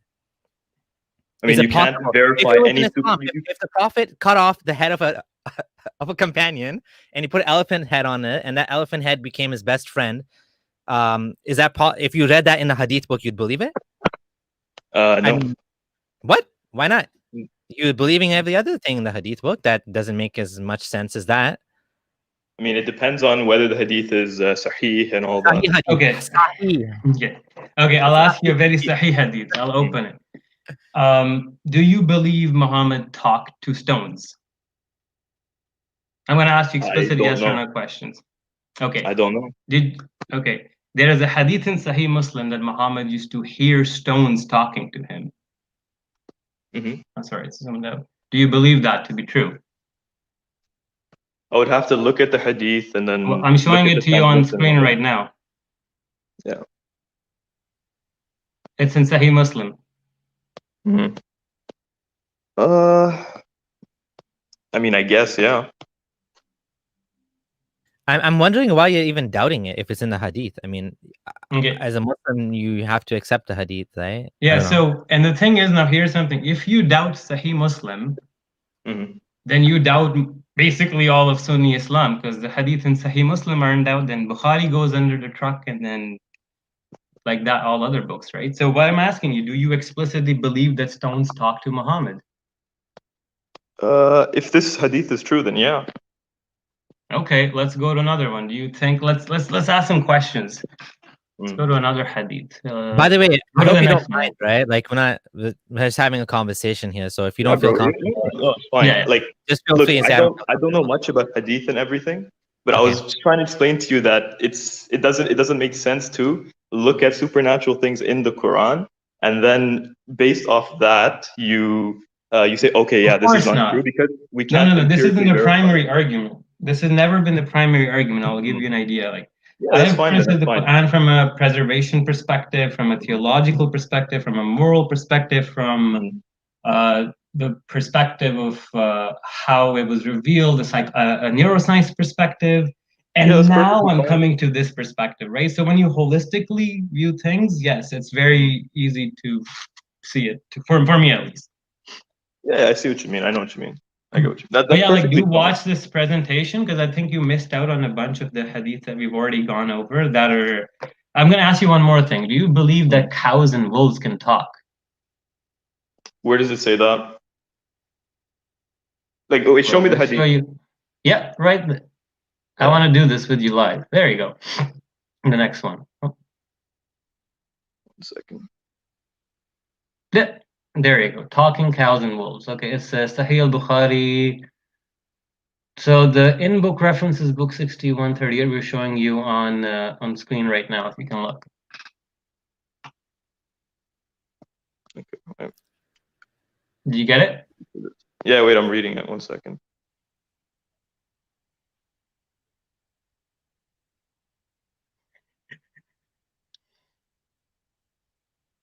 Yeah. yeah. Yeah, that's Sorry. fine. Do you believe that? Yeah. Okay. So do you notice a pattern here? Like you yourself were struggling and hesitant at first to even acknowledge that these things could exist in your religion because you know you're better than that and you're smarter than that. No. But when we're pointed out, it's literally because I have not seen these hadith. That's all. so maybe you might realize something that after looking at the magnitude of the absurdity, because at first, when I first talked to you about these questions, you I don't know, I'm unsure, because your initial instinct tells you that this can't be true. It's Yeah, I know, only but when from the you're told as part of your religion, then from the primary claims, I can see that Muhammad's a true prophet. So I mean, isn't this kind of irrelevant? Like you said, it's a exactly. So we talked about the epistemology part a while back as well, and that was the same thing I'm addressing again. That if you claim that Muhammad is the prophet, then you can justify anything and everything. Like anybody else could claim that, hey, I believe my prophet is true, and they can justify anything and everything. The point is when you're an academic and an outsider, you don't analyze the book with its inwards and internal logic, because that's circular. You have to pitch it against something outside of the book. Even the Quran admits that when it says, "Afala taqilun, afala yaqilun," don't you use your brains? When Allah says that, Allah is reducing human rationality as the base and then using that to analyze the Quran. Okay. So there's a lot of things I call this as the unfalsifiable fallacy, where Russell's teapot comes to mind, where if I say that, hey, there's this teapot floating between the Earth and the Moon, orbiting the Earth, but it's super, super, super tiny that no telescope can detect it. But it's still there, and I believe it's there. Can you disprove to me if it's not there? And if you can't disprove to me, then it exists. I see what you mean. Wait, yeah, so this is are you saying that you're saying that the Quran cannot prove itself? Oh no, that's no way. Yeah. You should never use any holy book. You should never use any holy book to prove itself. That's circular reasoning. It's like saying Allah is the prophet of God, Muhammad is the prophet of God because the Quran says so, and Quran is the word of God because Muhammad says so. No, I'm not saying that. I'm saying it poses certain challenges, and if those challenges aren't met, that can be used as proof. Yeah, but I don't see. Yeah. That's a but then again, you then admit. You guys would disagree. You guys would disagree. You guys would say that obviously these challenges are. Yeah, go on. Again, as soon as it challenges us, it also admits that our rationality has a basis in validity to judge its veracity, i.e., the Quran's truth. Yeah, and so yeah, I agree. I agree with what Ray is saying here, that the Quran makes certain challenges, and if the challenges are not met, I mean, even if the Quran didn't make those challenges, even without those challenges, we can just analyze it to see is it internally consistent. Because the Quran makes certain claims that it's internally consistent, that it's externally consistent, meaning that whatever it says actually happened, that it's every single statement in the Quran is true and actually happened. And basically this, it's a miracle and all that. So it's from God. And if there's even one statement that is incorrect, just one, that means the whole book has to be thrown out, right? And then the Quran also says it's preserved, Allah is preserving it. So if it's not preserved, we throw it out as well. So of course, there's a thousand reasons why we don't believe in Islam.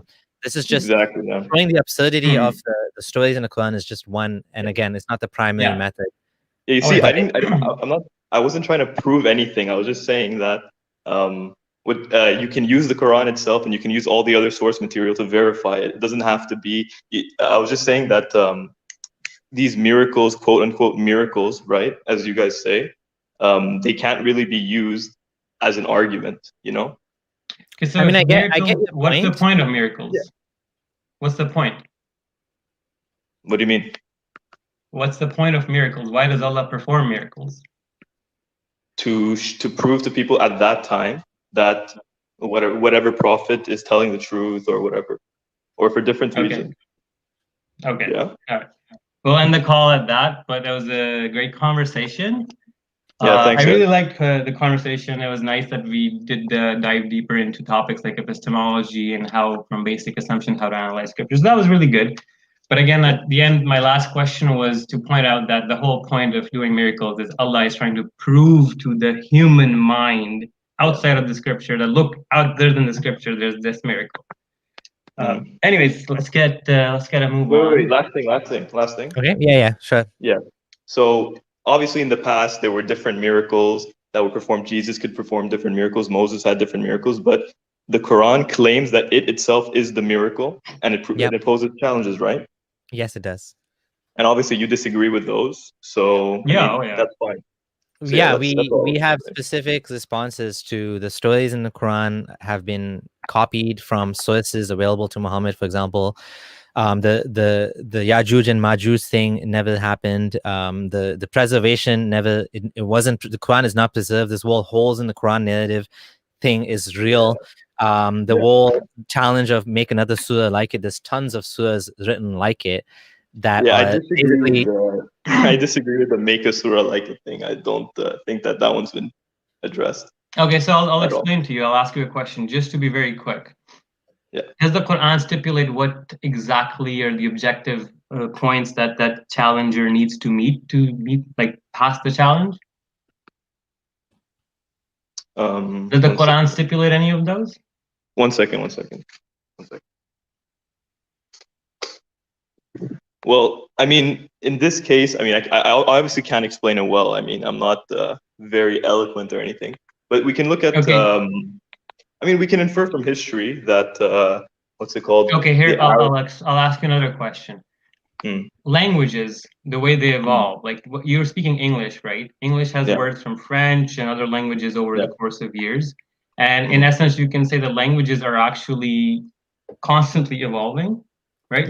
So when the Arabic of the Quran was revealed, the Quranic Arabic was contingent upon these same very principles of borrowing and whatnot from many other languages, Aramaic, Syriac, whatnot. Muhammad did it too. In fact, Muhammad would arbitrarily carry words over to the Quran and then give them a new meaning and even just put words there to maintain rhyme.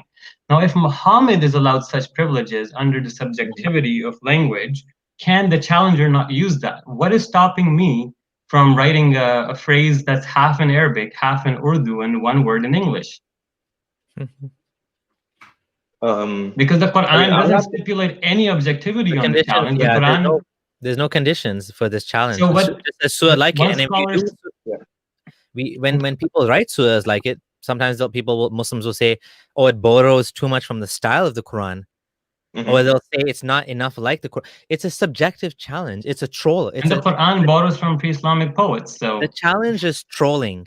That's not true. The fact that it borrowed from Islamic poets. You cannot win this challenge because it's not an objective challenge. It's not about how much weight can you lift. It's not about can you draw a certain thing with this much depth. It's just make a book like it. And is anybody's Okay. book like anybody's? Can you write Wait, a book wait, like wait. me? I don't Then- even know if anyone can write a book exactly like I can. It's just In essence, it's a challenge of beauty. Okay, then why couldn't the Arab poets who were there at the time? They did, though. They did, though. That's the masters of thing. the language. Why couldn't they do it? They did, though. That's the thing. And also, like, if it's just a pretty book in a pretty language, in essence, the Quran has some parts that are beautiful, I'll admit, the Amma Para, but then if you look at the content of some of them, it's just kind of absurd. It's a pretty book with good poetry, but a lot of stories. so That's all we're going for. you're saying, how do you know that they didn't?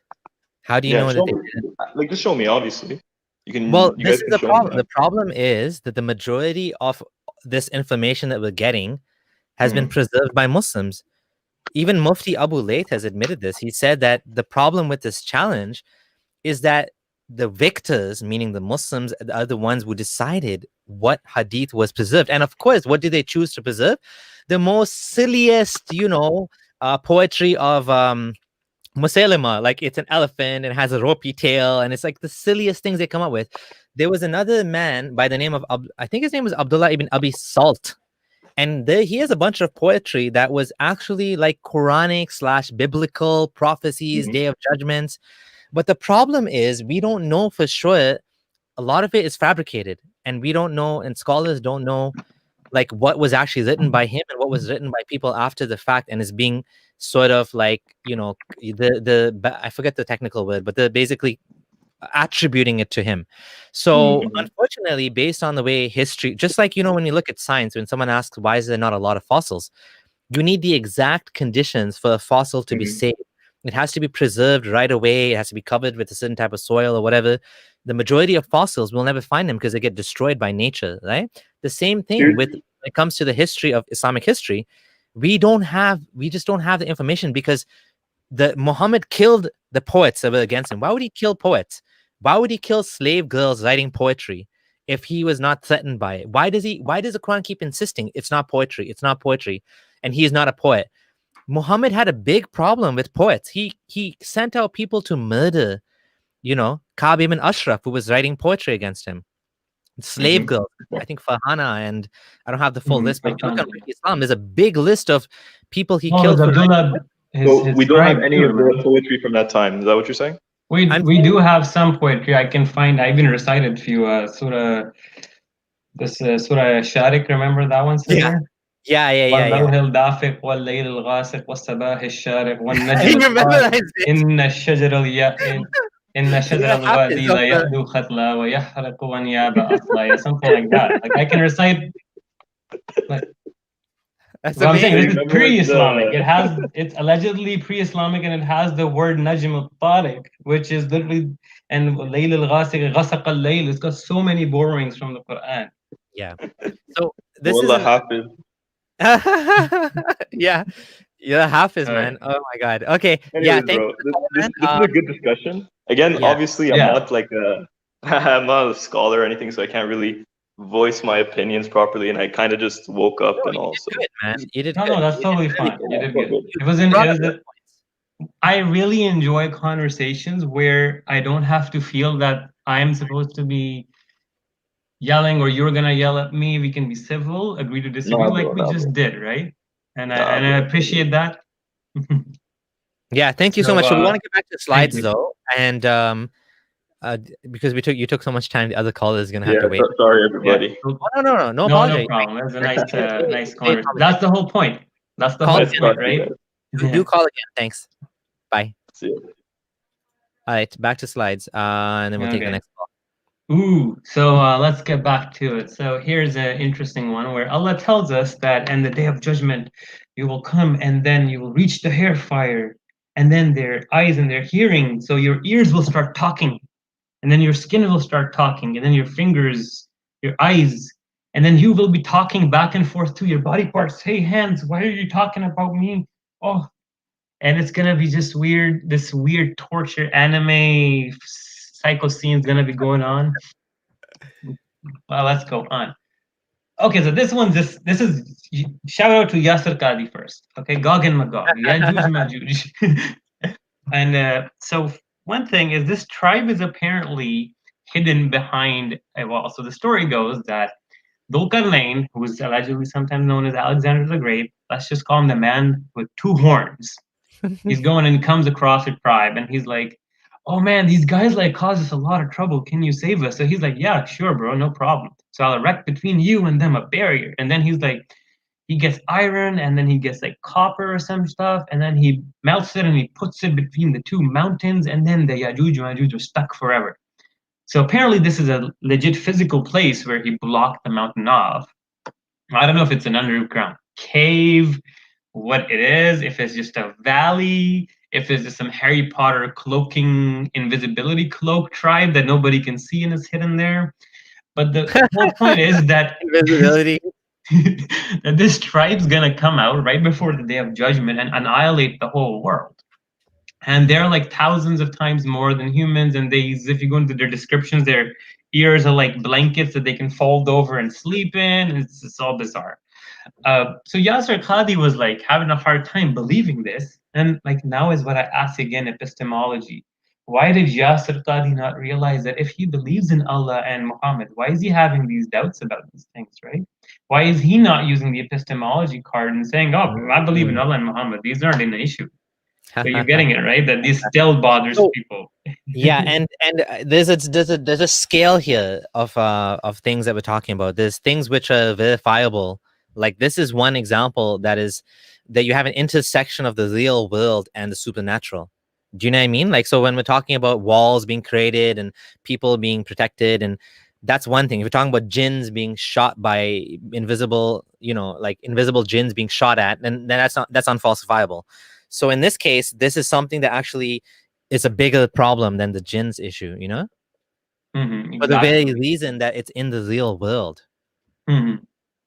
So Continue. then, a few varying opinions on this. So some people say it's the Chinese people. It was because the Great Wall of China. Some people have Yeah. said that Or the Chinese people are the Mongols. Gog and Magog, or the Mongols, how they swept over the whole world in the 12th century or whatnot. Well, it can't be. And then Because right? yeah, Their their judgment didn't come. So then there's another opinion where like Yasser Qadi attributed it to somebody else that he did not name, and that they might be zombies. So Gog and Magog might be zombies coming to take over the world at the end of time. There's some neurological virus or something. So it's kind of interesting that this thing, and it's actually found in the Bible too, if I remember, Gog and Magog as well. Yeah. So again, we see another borrowing / weird mythical creature beings coming to destroy the world at the end of the day. It's just bizarre. Gog and Magog are just down the road where the sun sets in a muddy spring. Makes sense. Alexander walled off his. Excellent comment. That's funny. Live Evil 34 says Solomon's ring allows us to control jinn, which means we can defeat Gog and Magog. Oh, that's why they're trying to find his hidden magic stuff and the Temple of Solomon. Gog and Magog seem to arise from Alexander the Great's legends. Yeah, actually, I don't know if it goes back. I think it's before that, because it's in the Bible. Maybe it is actually from that. It's a good point. I'm not really sure. Yeah, Gog and Magog are in the biblical, but the story from the Quran appears to, yes, obviously this is correct. Yes, yeah, very much so. But there's a little bit, if you do a little bit more research on it, it appears that there's Jewish. I mean, it's so funny. It always goes back to Jewish myths. There's Jewish references to Alexander the Great, and there's the Quranic references to Alexander the Great, and they both appear to be coming from an earlier source, right? So there's like there's a common myth that all of these guys are building off that's actually predates the romance even, right? Which is very interesting. But anyway, I mean, that's getting a little bit technical. Yeah. One ring, so it's the middle of its story. Oh my god. Continue? Yeah, let's go for a few more slides. Okay. Cyclops returns. Dajjal, Al-Masih Dajjal, the Antichrist, whatever you want to call him. So, like we were talking about earlier, at the end of time, there's this guy who's gonna come. He is not and Al-Masih Dajjal is blind in the right eye, and his other eye looks like a protruding grape. Now, what's funny is this same pattern is switched in another hadith where he's blind in the left eye and his right eye is like a protruding, right? So it's flipped, but either way, there's this guy coming who's gonna have these superpowers, and he's gonna raise the people from the dead, and then he's gonna make these fake paradise in heaven on earth, and he's gonna ride this beast or a donkey around the earth. Some people say it refers to a plane, but yeah, Muslims are waiting for this to happen. This is the climax. Yep, waiting for the Mahdi to come, waiting for the Jesus to come Eye back. of Sauron or whatever from CCTV surveillance. So this is very important. So as a kid growing up, I was constantly reminded of this. The Kiram and Katibin, the two angels sitting on your shoulders, writing down your deeds. The angel on the right side writes down the good deeds. The angel on the left writes down the bad deeds. And then there's this weird thing where if you have bad thoughts or bad dreams, or just before Salah, you're about to start to avoid the bad thoughts, you go two, or you spit on the left side. So I don't know if there's a connection, the left angel being bad or just the left side being bad. I don't know. Yeah. And you're going to wash the left leg first as well, right? But it's what's that movie where I think it's The Ring or something, where this lady is sitting on this invisible genie lady ghost is sitting on the person's body the whole time, and he only realizes that at the end of the movie when he stands on a weighing machine when his weight is doubled. I haven't seen it. Yeah. All right. Oh, my favorite, the Burak, the ancient UFO spaceship, Allah's secret technology that has been causing havoc for millennia, carrying people to heaven on and off, carrying prophets around. So this story is very important, but one thing I want to point out to you is what is the Burak? Because some people say it's a beast of unknown majesty and whatever, but we actually get a description in Sahih Muslim. I was then brought a white beast, which is called al-Burak. It's bigger than a donkey and smaller than a mule. So it's a donkey, horse, mule hybrid kind of thing. And it's white in color. And it strides. So it takes one step. It's so long, its jump, as far as you can see. And Muhammad was mounted on it, and then we went forth till we reached the lowest heaven. Now, some hadith said he rode the beast to Baytul Maqdis, and then from there he went on with Gabriel. But this one said that he went to Baytul Maqdis and he rode it to the lowest heaven as well. So he actually flew on the horse. So there is that too. Now, another thing is before this thing began, like listen to this. I was near the house, a state between sleep and wakefulness, when I heard someone say, "He is the third amongst two persons." Then he came to me and took me with him. So these two people come and they cut Muhammad's chest open, and they have this bowl of Zamzam water, and then they wash his heart in the water bowl, and then they put it back in. He replied that it was up to the lower part of his abdomen, and then my heart was, and then it's positioned back in the original position. And it was filled with faith and wisdom. Now, the funny part is the heart don't get filled with faith and wisdom because it doesn't do anything, because it's all up here. Obviously, Muhammad didn't know that. So even the metaphor is wrongly placed if it is a metaphor. This didn't happen once. It happened a few times. Muhammad's chest got open in an almost identical fashion, and it got washed when he was a really young child at the age of 6 or 7. And at that point, his guardians said that he was having a stroke, as what they said.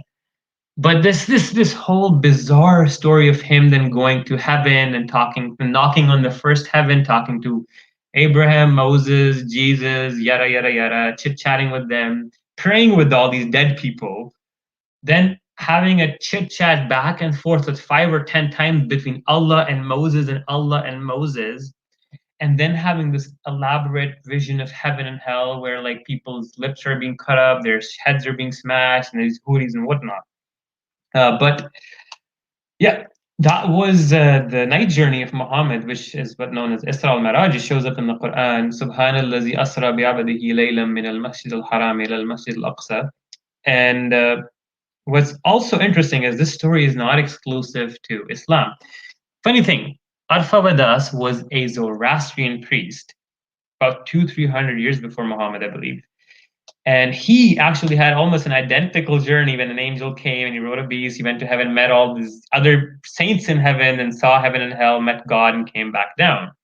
What's funny is Imam Bukhari was of Persian origin, and Zoroastrianism is from that region. So it does make sense that that influence could have caused this, let's say, Arabization of this heaven journey, and that made its way into Bukhari and whatnot. Because the heaven journey in the Quran is referenced in such a vague manner. Some people say it's almost like the verse was inserted later on. It's only one verse or two. Oh wow. Yeah. Fascinating. I didn't know any of this. I'm gonna read a couple of comments. We done with this slide? Yep. Okay, and then we'll take we have Ali waiting. So the masked Arab made a great series of great videos about Gog and Magog. That is true. So the Kaf.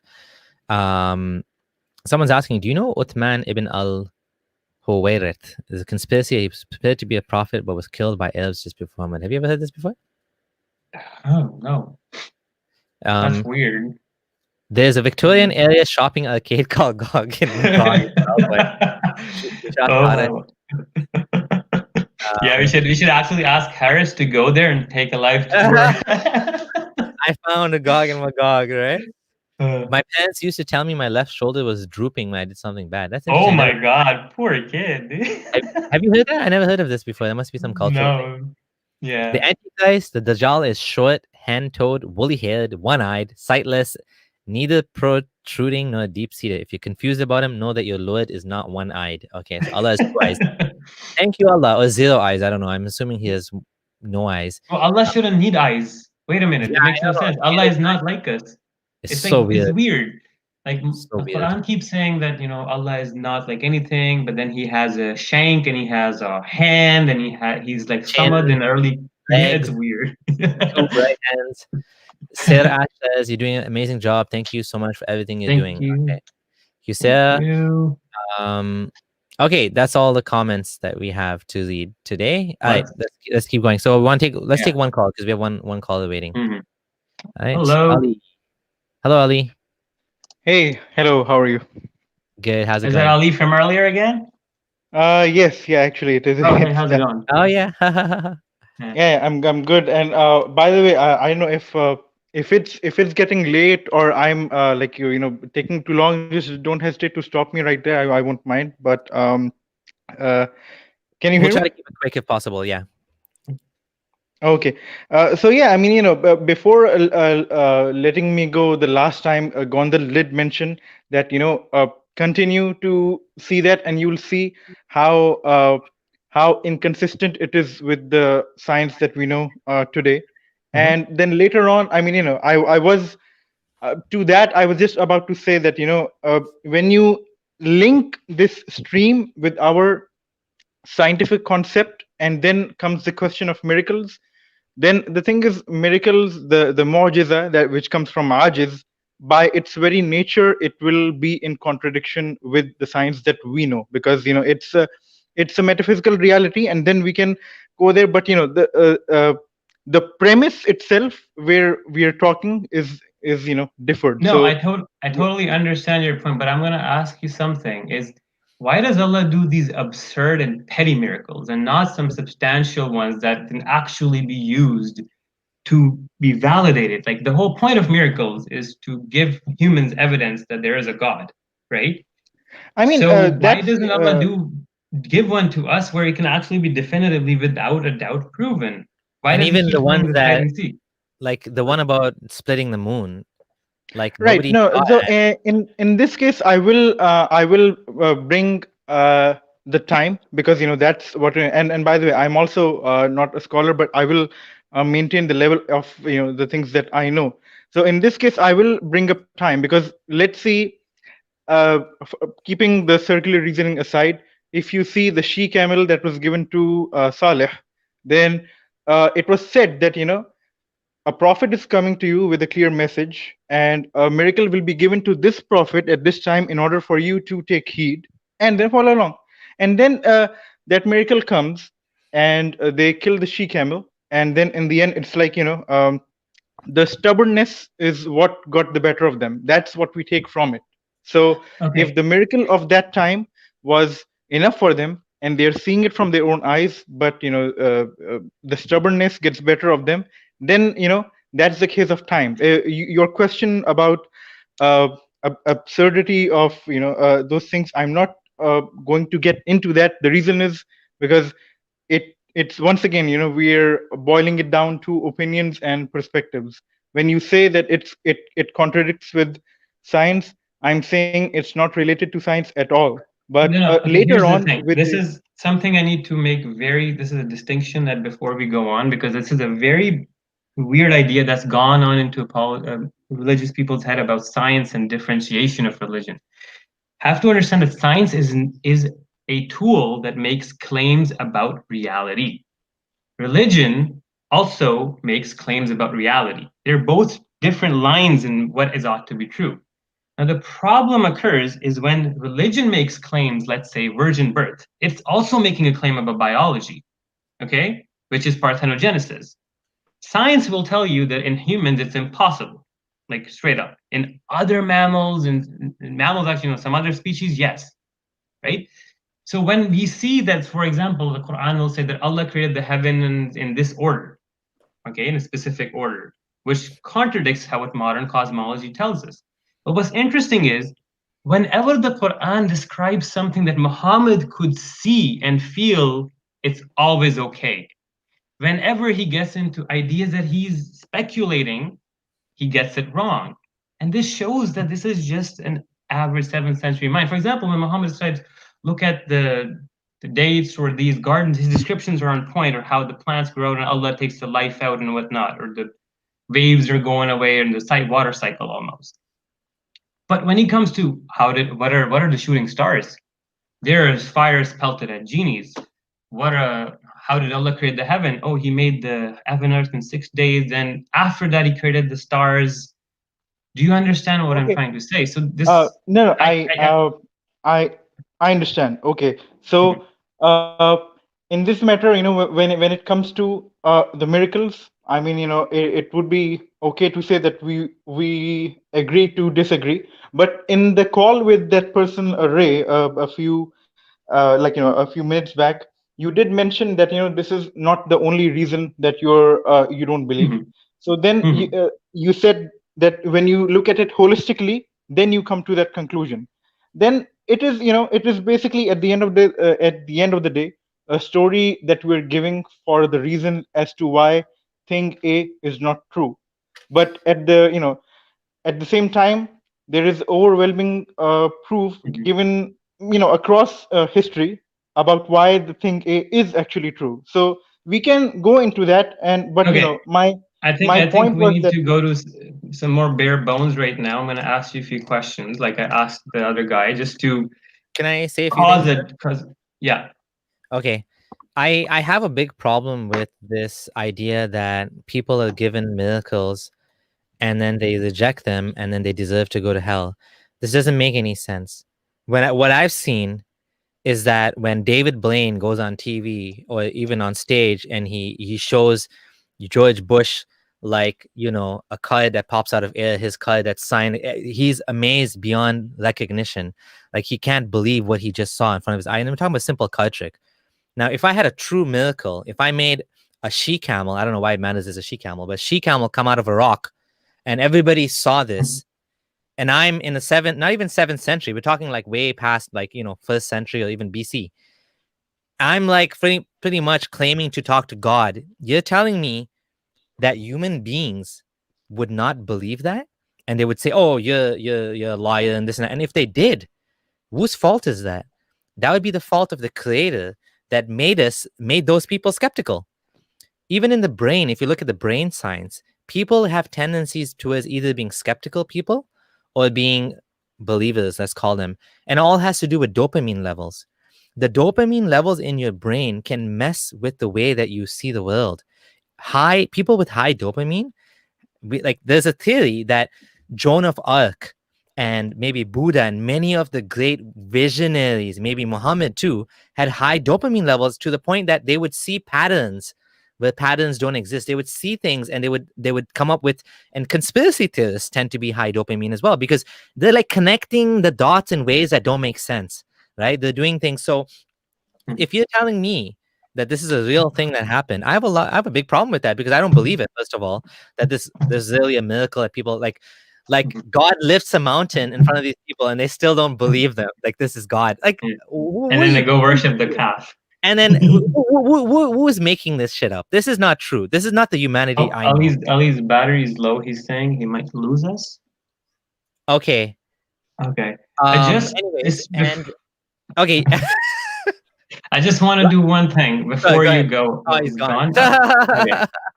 I just Um, wanted to ask him a few questions. We'll come back if you have time. Okay. okay, Sarah, hello. Hello, Sarah. You have to unmute your mic. I can't unmute you. You have to unmute yourself. There you Oh, go. there you go.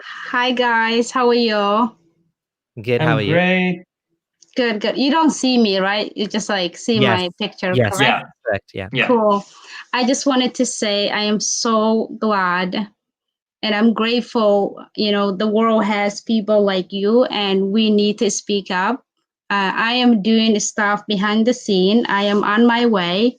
Of course, I am an ex-Muslim and I'm just like grateful humanity and the world has people like you. And I wanted to say thank you so much and I support you 100% behind you what you guys do. And Thank you so much. yeah, and it's time for people to come forward. I live in United States. I'm from America, US, and I am writing my book and I am on my way, so definitely we're gonna have to fight together. No, I Thank think you for it's. the kind words. Yeah, appreciate it. Yeah, Thank you so much, and it's an ongoing struggle, and it's the struggle It of the is. pen, not the sword. Absolutely, absolutely. No, It's jihad al-qalam. no, I think is we have to, and if we don't do it, who's going to do it? Who's going to speak up? And I know in the West, it's just like I don't think people understand what real Islam does to human being, because these people who are literally killing even today, like the teacher in France, it's just so sad. It makes me like really upset. It makes me like we need to when are people gonna wake up? Yeah. Yeah, Well, we're working on it. So hopefully Yes, and thank you so much, and thank you. Keep it up, the great work, and we'll do it together. And thank you, and nice to meeting you Thank both. you so much. Thanks. Take care. Bye. Yep. Bye. Hey, Okay, we so at back to least slide. got a few Muslims to admit that they believe in talking wolves and cows and stuff. So not all is lost. That's the point. I just want to say, like, that's the point. That's the point you were making. I just want to emphasize this point. Do you believe in that it's possible talking wolves and blah blah blah? No. I mean, I'm not sure. Let me show you the hadith. Okay, I believe it. I believe it now. It's Come only because of on. the hadith. This is literally the whole point, that what religion does to your brain is it'll make you believe in ideas that only insane people can believe on their own. Yeah. That's a quote from Sam Harris, I think. Sorry. Oh yeah. All right, so we have things are getting hot and naughty in here. It's big-eyed, perfumed, sexy, wailed virgins. Oh my God, Allah, calm down. So, in Allah's glory and magnificence, because He is the creator of beauty, He says that in Jannah, Allah has created women that are modest. They don't look at other men, and they're guarded inside tents from genies and humans, and nobody's touched them before. And they're like rubies and coral. Now, one wonders, like, why does Allah need to put them in tents? There's no sin in Jannah. They're not gonna get raped by genies or humans. So why are they in tents? Secondly, there's hadiths that say that there will be a Jummah Bazaar, a Friday market in heaven. We mentioned this in the Heaven podcast, and that the women will still not be allowed to go outside. Only the men will go to the market. So, Horace actually got a clip of a Peace TV speaker in Urdu saying that with his big beard, and he's like, "Look, this shows that Allah does not like people going into markets, even in heaven. So why go to the market in the world? It's a bad fahish place." Wow. Yeah. So this is the reasoning. But on the right side is what we get is, oh boy, the description of some of these huris, these virgins that await the Muslims. So Allah says that if or a place equal to a foot in paradise. Okay. And if one of the women of paradise looked at the earth, merely glanced at it, she would fill the whole space between them, that is the earth and the heavens, with light. No. This is the whole universe is full of light. All of the known visible universe. Yeah, I don't know how this is so weird. This is some ecstatic heaven virgins. I don't know, man. And then if her veil was lifted, if her perfume would fill the whole world, and the veil of her face is better than the whole world and whatever is it. So just the veil of this virgin is more precious than all of the world combined and everything, the whole universe. Can you imagine the absurdity that a virgin in heaven is more valuable than the whole universe? Like, Jesus, holy! This is some next level weird fetishization. Weird, yeah. Another one. Oh my god. Transparent, sexy virgin prostitutes. Okay. This one's just like, okay, this will really show you how bizarre the mentality and thinking of Muhammad was. And not only that, the guy had no clue that beauty standards are so extremely subjective. Like, for example, he says he likes transparent women, but I don't. Who likes transparent women? That's so weird. It says here that the Houthis will have transparent skin that you can see the marrow inside their bones, through their bones and flesh. That's weird. What? Super weird. So again, it's just this weird fetishization, objectification of women, and this weird obsession with sex in heaven. That again, we were in our heaven podcast, we came across these two scholars, and one of them said that there's a verse in the Quran, Surah Yasin, in Ashab al-Yawma fi shughulin fakihun, that they'll be in joy and having fun, the people of Jannah. And then the tafsir goes that they'll be busy tearing hymens every morning. So crazy. I mean, it doesn't stop. It is crazy. All right, we'll do a couple more slides and we'll try to finish up. This one is funny. It's like reverse T-Rex. So here's what's funny is like it says that when Adam was in heaven, his length was 60 cubits, which is what, 190 feet or 120 feet, something like that. That's how tall he was. And then the people followed him, continued to diminish in size up to this day. So from that day on, humans have been getting shorter. Now, it's just bizarre because we've actually gone the reverse. We've been getting taller from what I know, all the fossils show. Yeah. And not only that, like, it's impossible for humans to be that big. In fact, if you go do basic research, you'll realize that increasing the body size of a biological organism increases the insides of it by a root of like exponentials of 4. So if you make me twice as big, the heat being emitted from my body might be 4 times as high, and I can spontaneously combust.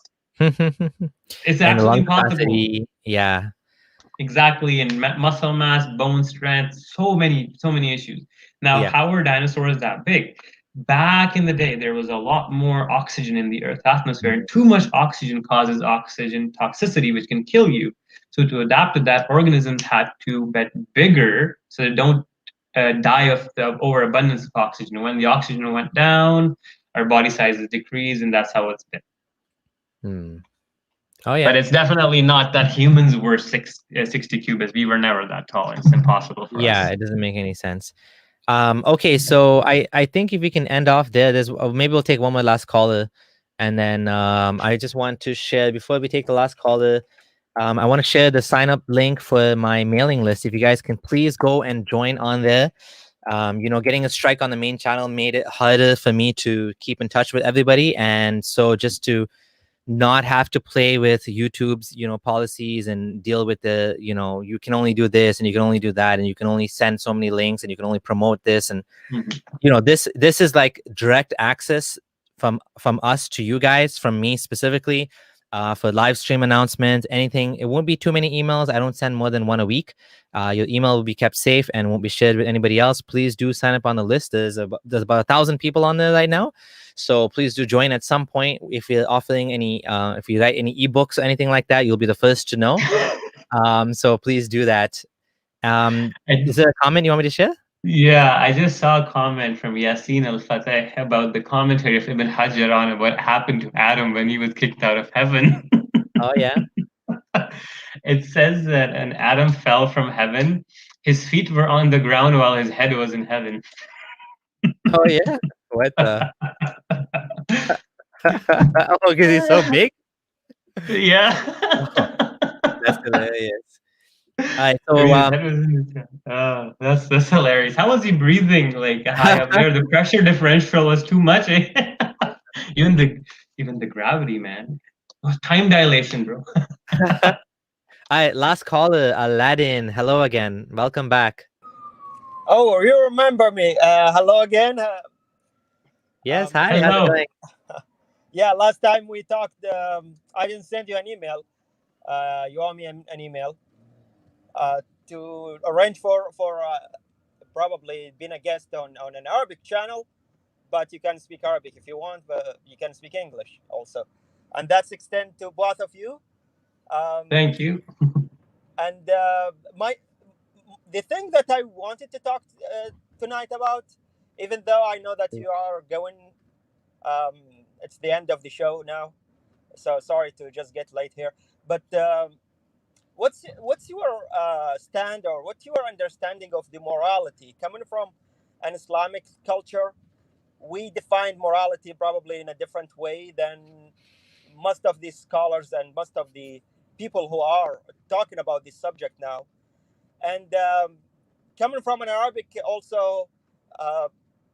The distinction between morality and ethics is not very clear, especially when you're talking in Arabic about what is the translation of morality and what's the translation of ethics. So I just wanted to see what you think about what is moral, why things are moral or immoral according to you, and what was the morality meaning when you were Muslim before you left Islam. Thank you again, and wish you good night. Thank Thank you. you so much. So I'll give my 2 cents on it first. So firstly, like the goal of morality and how it's understood is vividly different between religion and secularism or non-religion. To me, morality is just like another adaptation of our body. It's an adaptation of our brain. For example, like our hands adapted to the environment, our brain adapted to the environment to make predictions and expectations, and based on that, help us make choices that aid our survival in the long term. This is, in essence, what I would define as morality. Now, what happens is a lot of the times we have groupings and people come together, and then humans will collectively agree on a set of rules as a community or society. And then they'll follow those rules, and in general, like they are made to induce survival and values and whatnot that can lead to in the long run for survival. On the other hand, religious morality isn't made just for survival. Actually, it's completely misplaced, where the point of religious morality most of the time ends up being is not to incur the wrath of a divine being. And a lot of times it counteracts sometimes the survival mechanism. For example, having sex is normal. And if somebody acts on it in 7th century Arabia, it was totally normal for somebody to do that. You would get stoned to death, right? But like I said, also the problem is with religion. Religion can't really prove that it's also on itself objective in any way, shape, or form. They can't prove their God is objective. So, in essence, when you look at it from an outsider perspective, religion just looks like where there's these people coming across, popping up in different cultures in different pockets of time, and then they all have their different evolving moral compasses based on where they're living.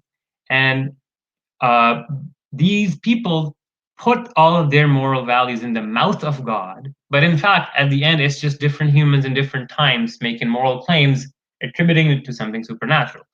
And that's how I see it. It's moral relativism. It's at the core of even religion. Like even in the Quran, you'll see this tendency where the alcohol was first okay, then it was only banned for salah, then it was gradually banned overall.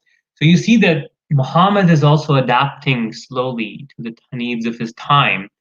And if you remove God out of the equation, it becomes pretty clear that these are all, in essence, human efforts. It's just that our biases and stuff can misconstrue where our values go to. So, for example, if to me the survival of my son is more important than his afterlife, there's a whole thing like if you value the afterlife more, are you gonna make choices in this life that aren't as conducive to a comfortable life or a more, let's say, more geared towards survival in this life because you don't really care about this life. Because like the Quran says, right? وَمَا الْحَيَاةُ الدُّنْيَا إِلَّا مَتَاعُ الْغُرُورِ, that this is nothing but a delusion. There's a lot of, like I said, it's a huge topic, morality, and I was just trying to be very simplistic, but that's my 2 cents on it. Just before I go Yeah, to Abdullah, and yeah. I think I mixed that. I owe you an email, right? You don't owe me anything. That's right. Mhm. I didn't find any email from you. Yeah, it's Yeah, I abdullah.adam didn't at send that. I'm gmail.com. sorry. That's it was a very busy meeting. Oh, okay. Yeah, I'm sorry. Okay. I get it there other way. But Yeah, for no problem. I heard you saying that morality is more of a biological foundation. If that's what I heard right. Yeah.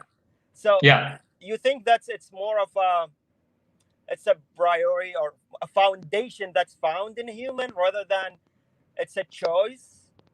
Well, if you want to really go into the depths of morality, then you can go into the evolution of apes and then primatology and then the neurons where like the development of the mirror neuron system. It's a deep rabbit hole, and then evolutionary psychology, how and why creatures do this and that, and but at the essence of it, I see that just your brain is a part of your body, just like your hand is a part of your body. They have different functions and different outcomes and whatnot.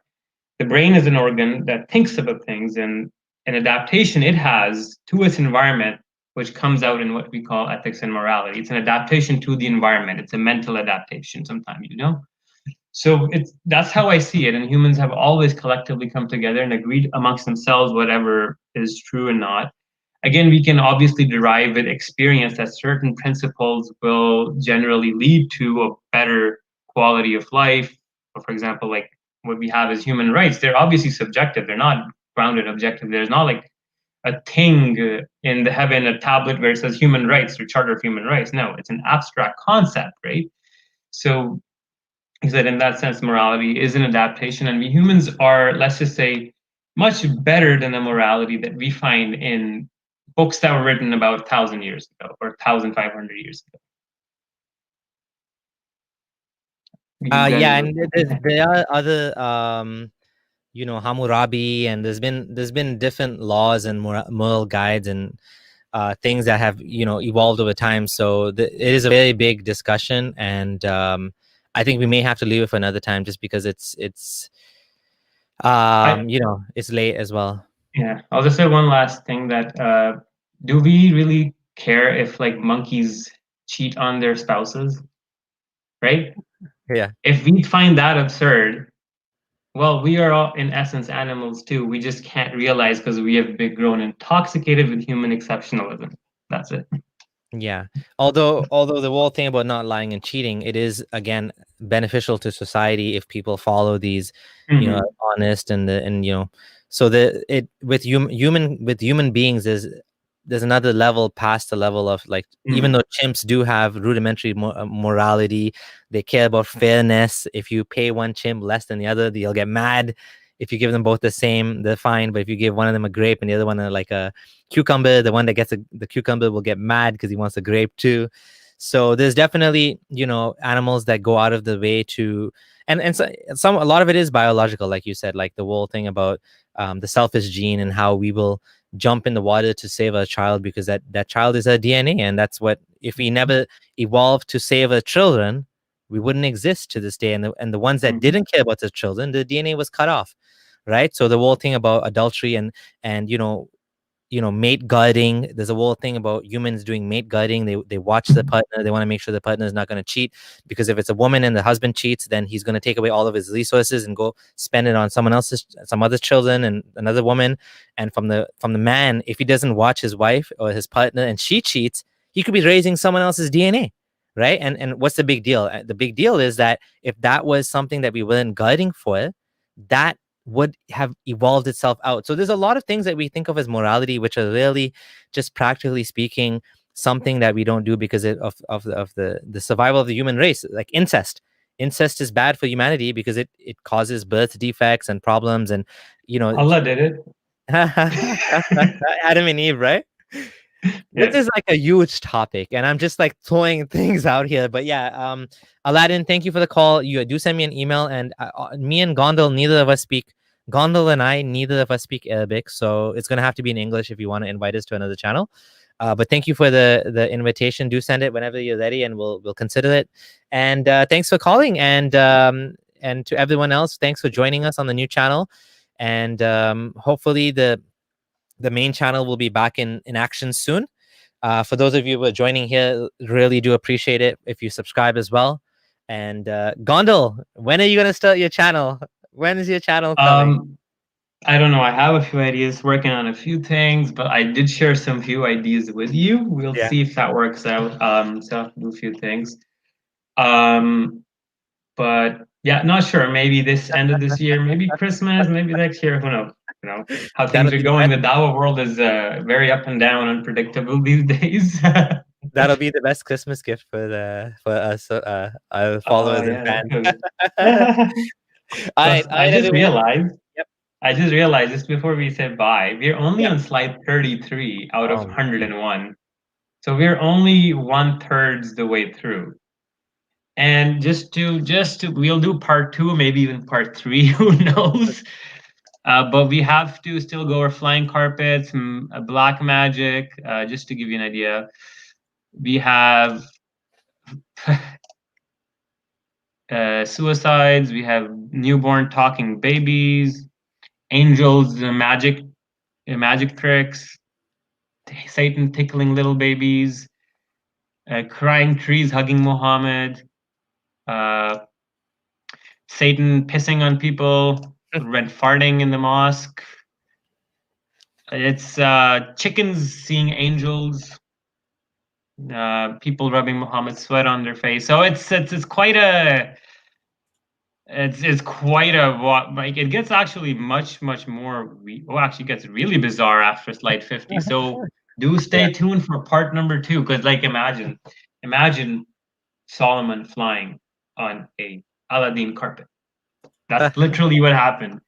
So and the Muslim callers definitely add some masala, some spice to the show, and I really do appreciate the calls, which is why I kept the caller. I let Ray stay for like longer than usually we let people stay on the call, because I think there was a good discussion going on there. And it's when I started this thing, it was tough to find people to talk to. I don't know if you remember that. Nobody wants to come on.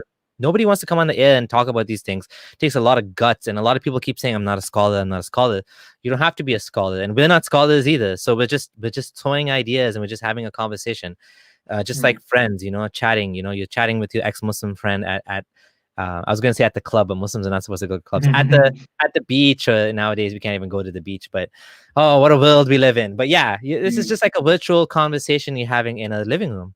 Just among friends, we can be friends and we can have these conversations, and it's great. Honestly, I truly appreciate that Muslim, last time we had a Muslim caller, he was just angry and he was just looking to pick on you, and he's like, you got it all wrong about Salafis and Deobandis and whatever. And I was like, what do we like? What are you poking at? Like, what was the point of that? Like, that's not even we're not even talking about that.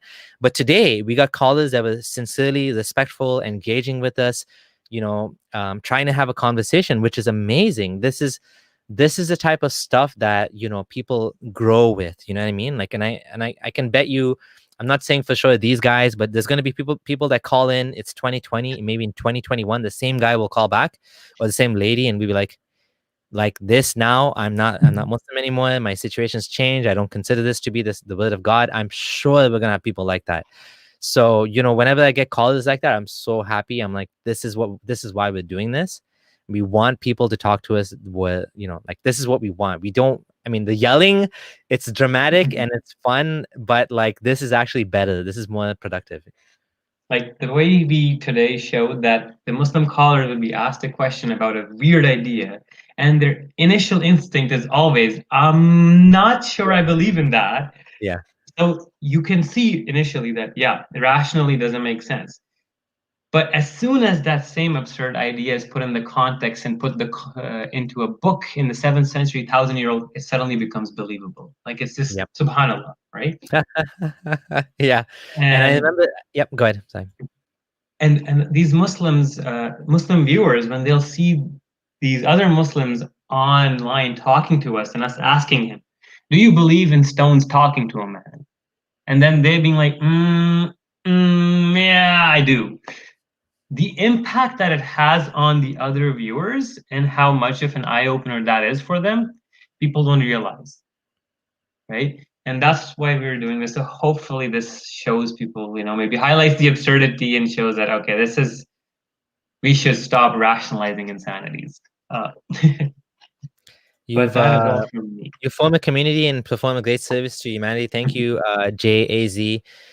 People need to know about this stuff. Thank you, guys. Stay safe and away from COVID and the Dean.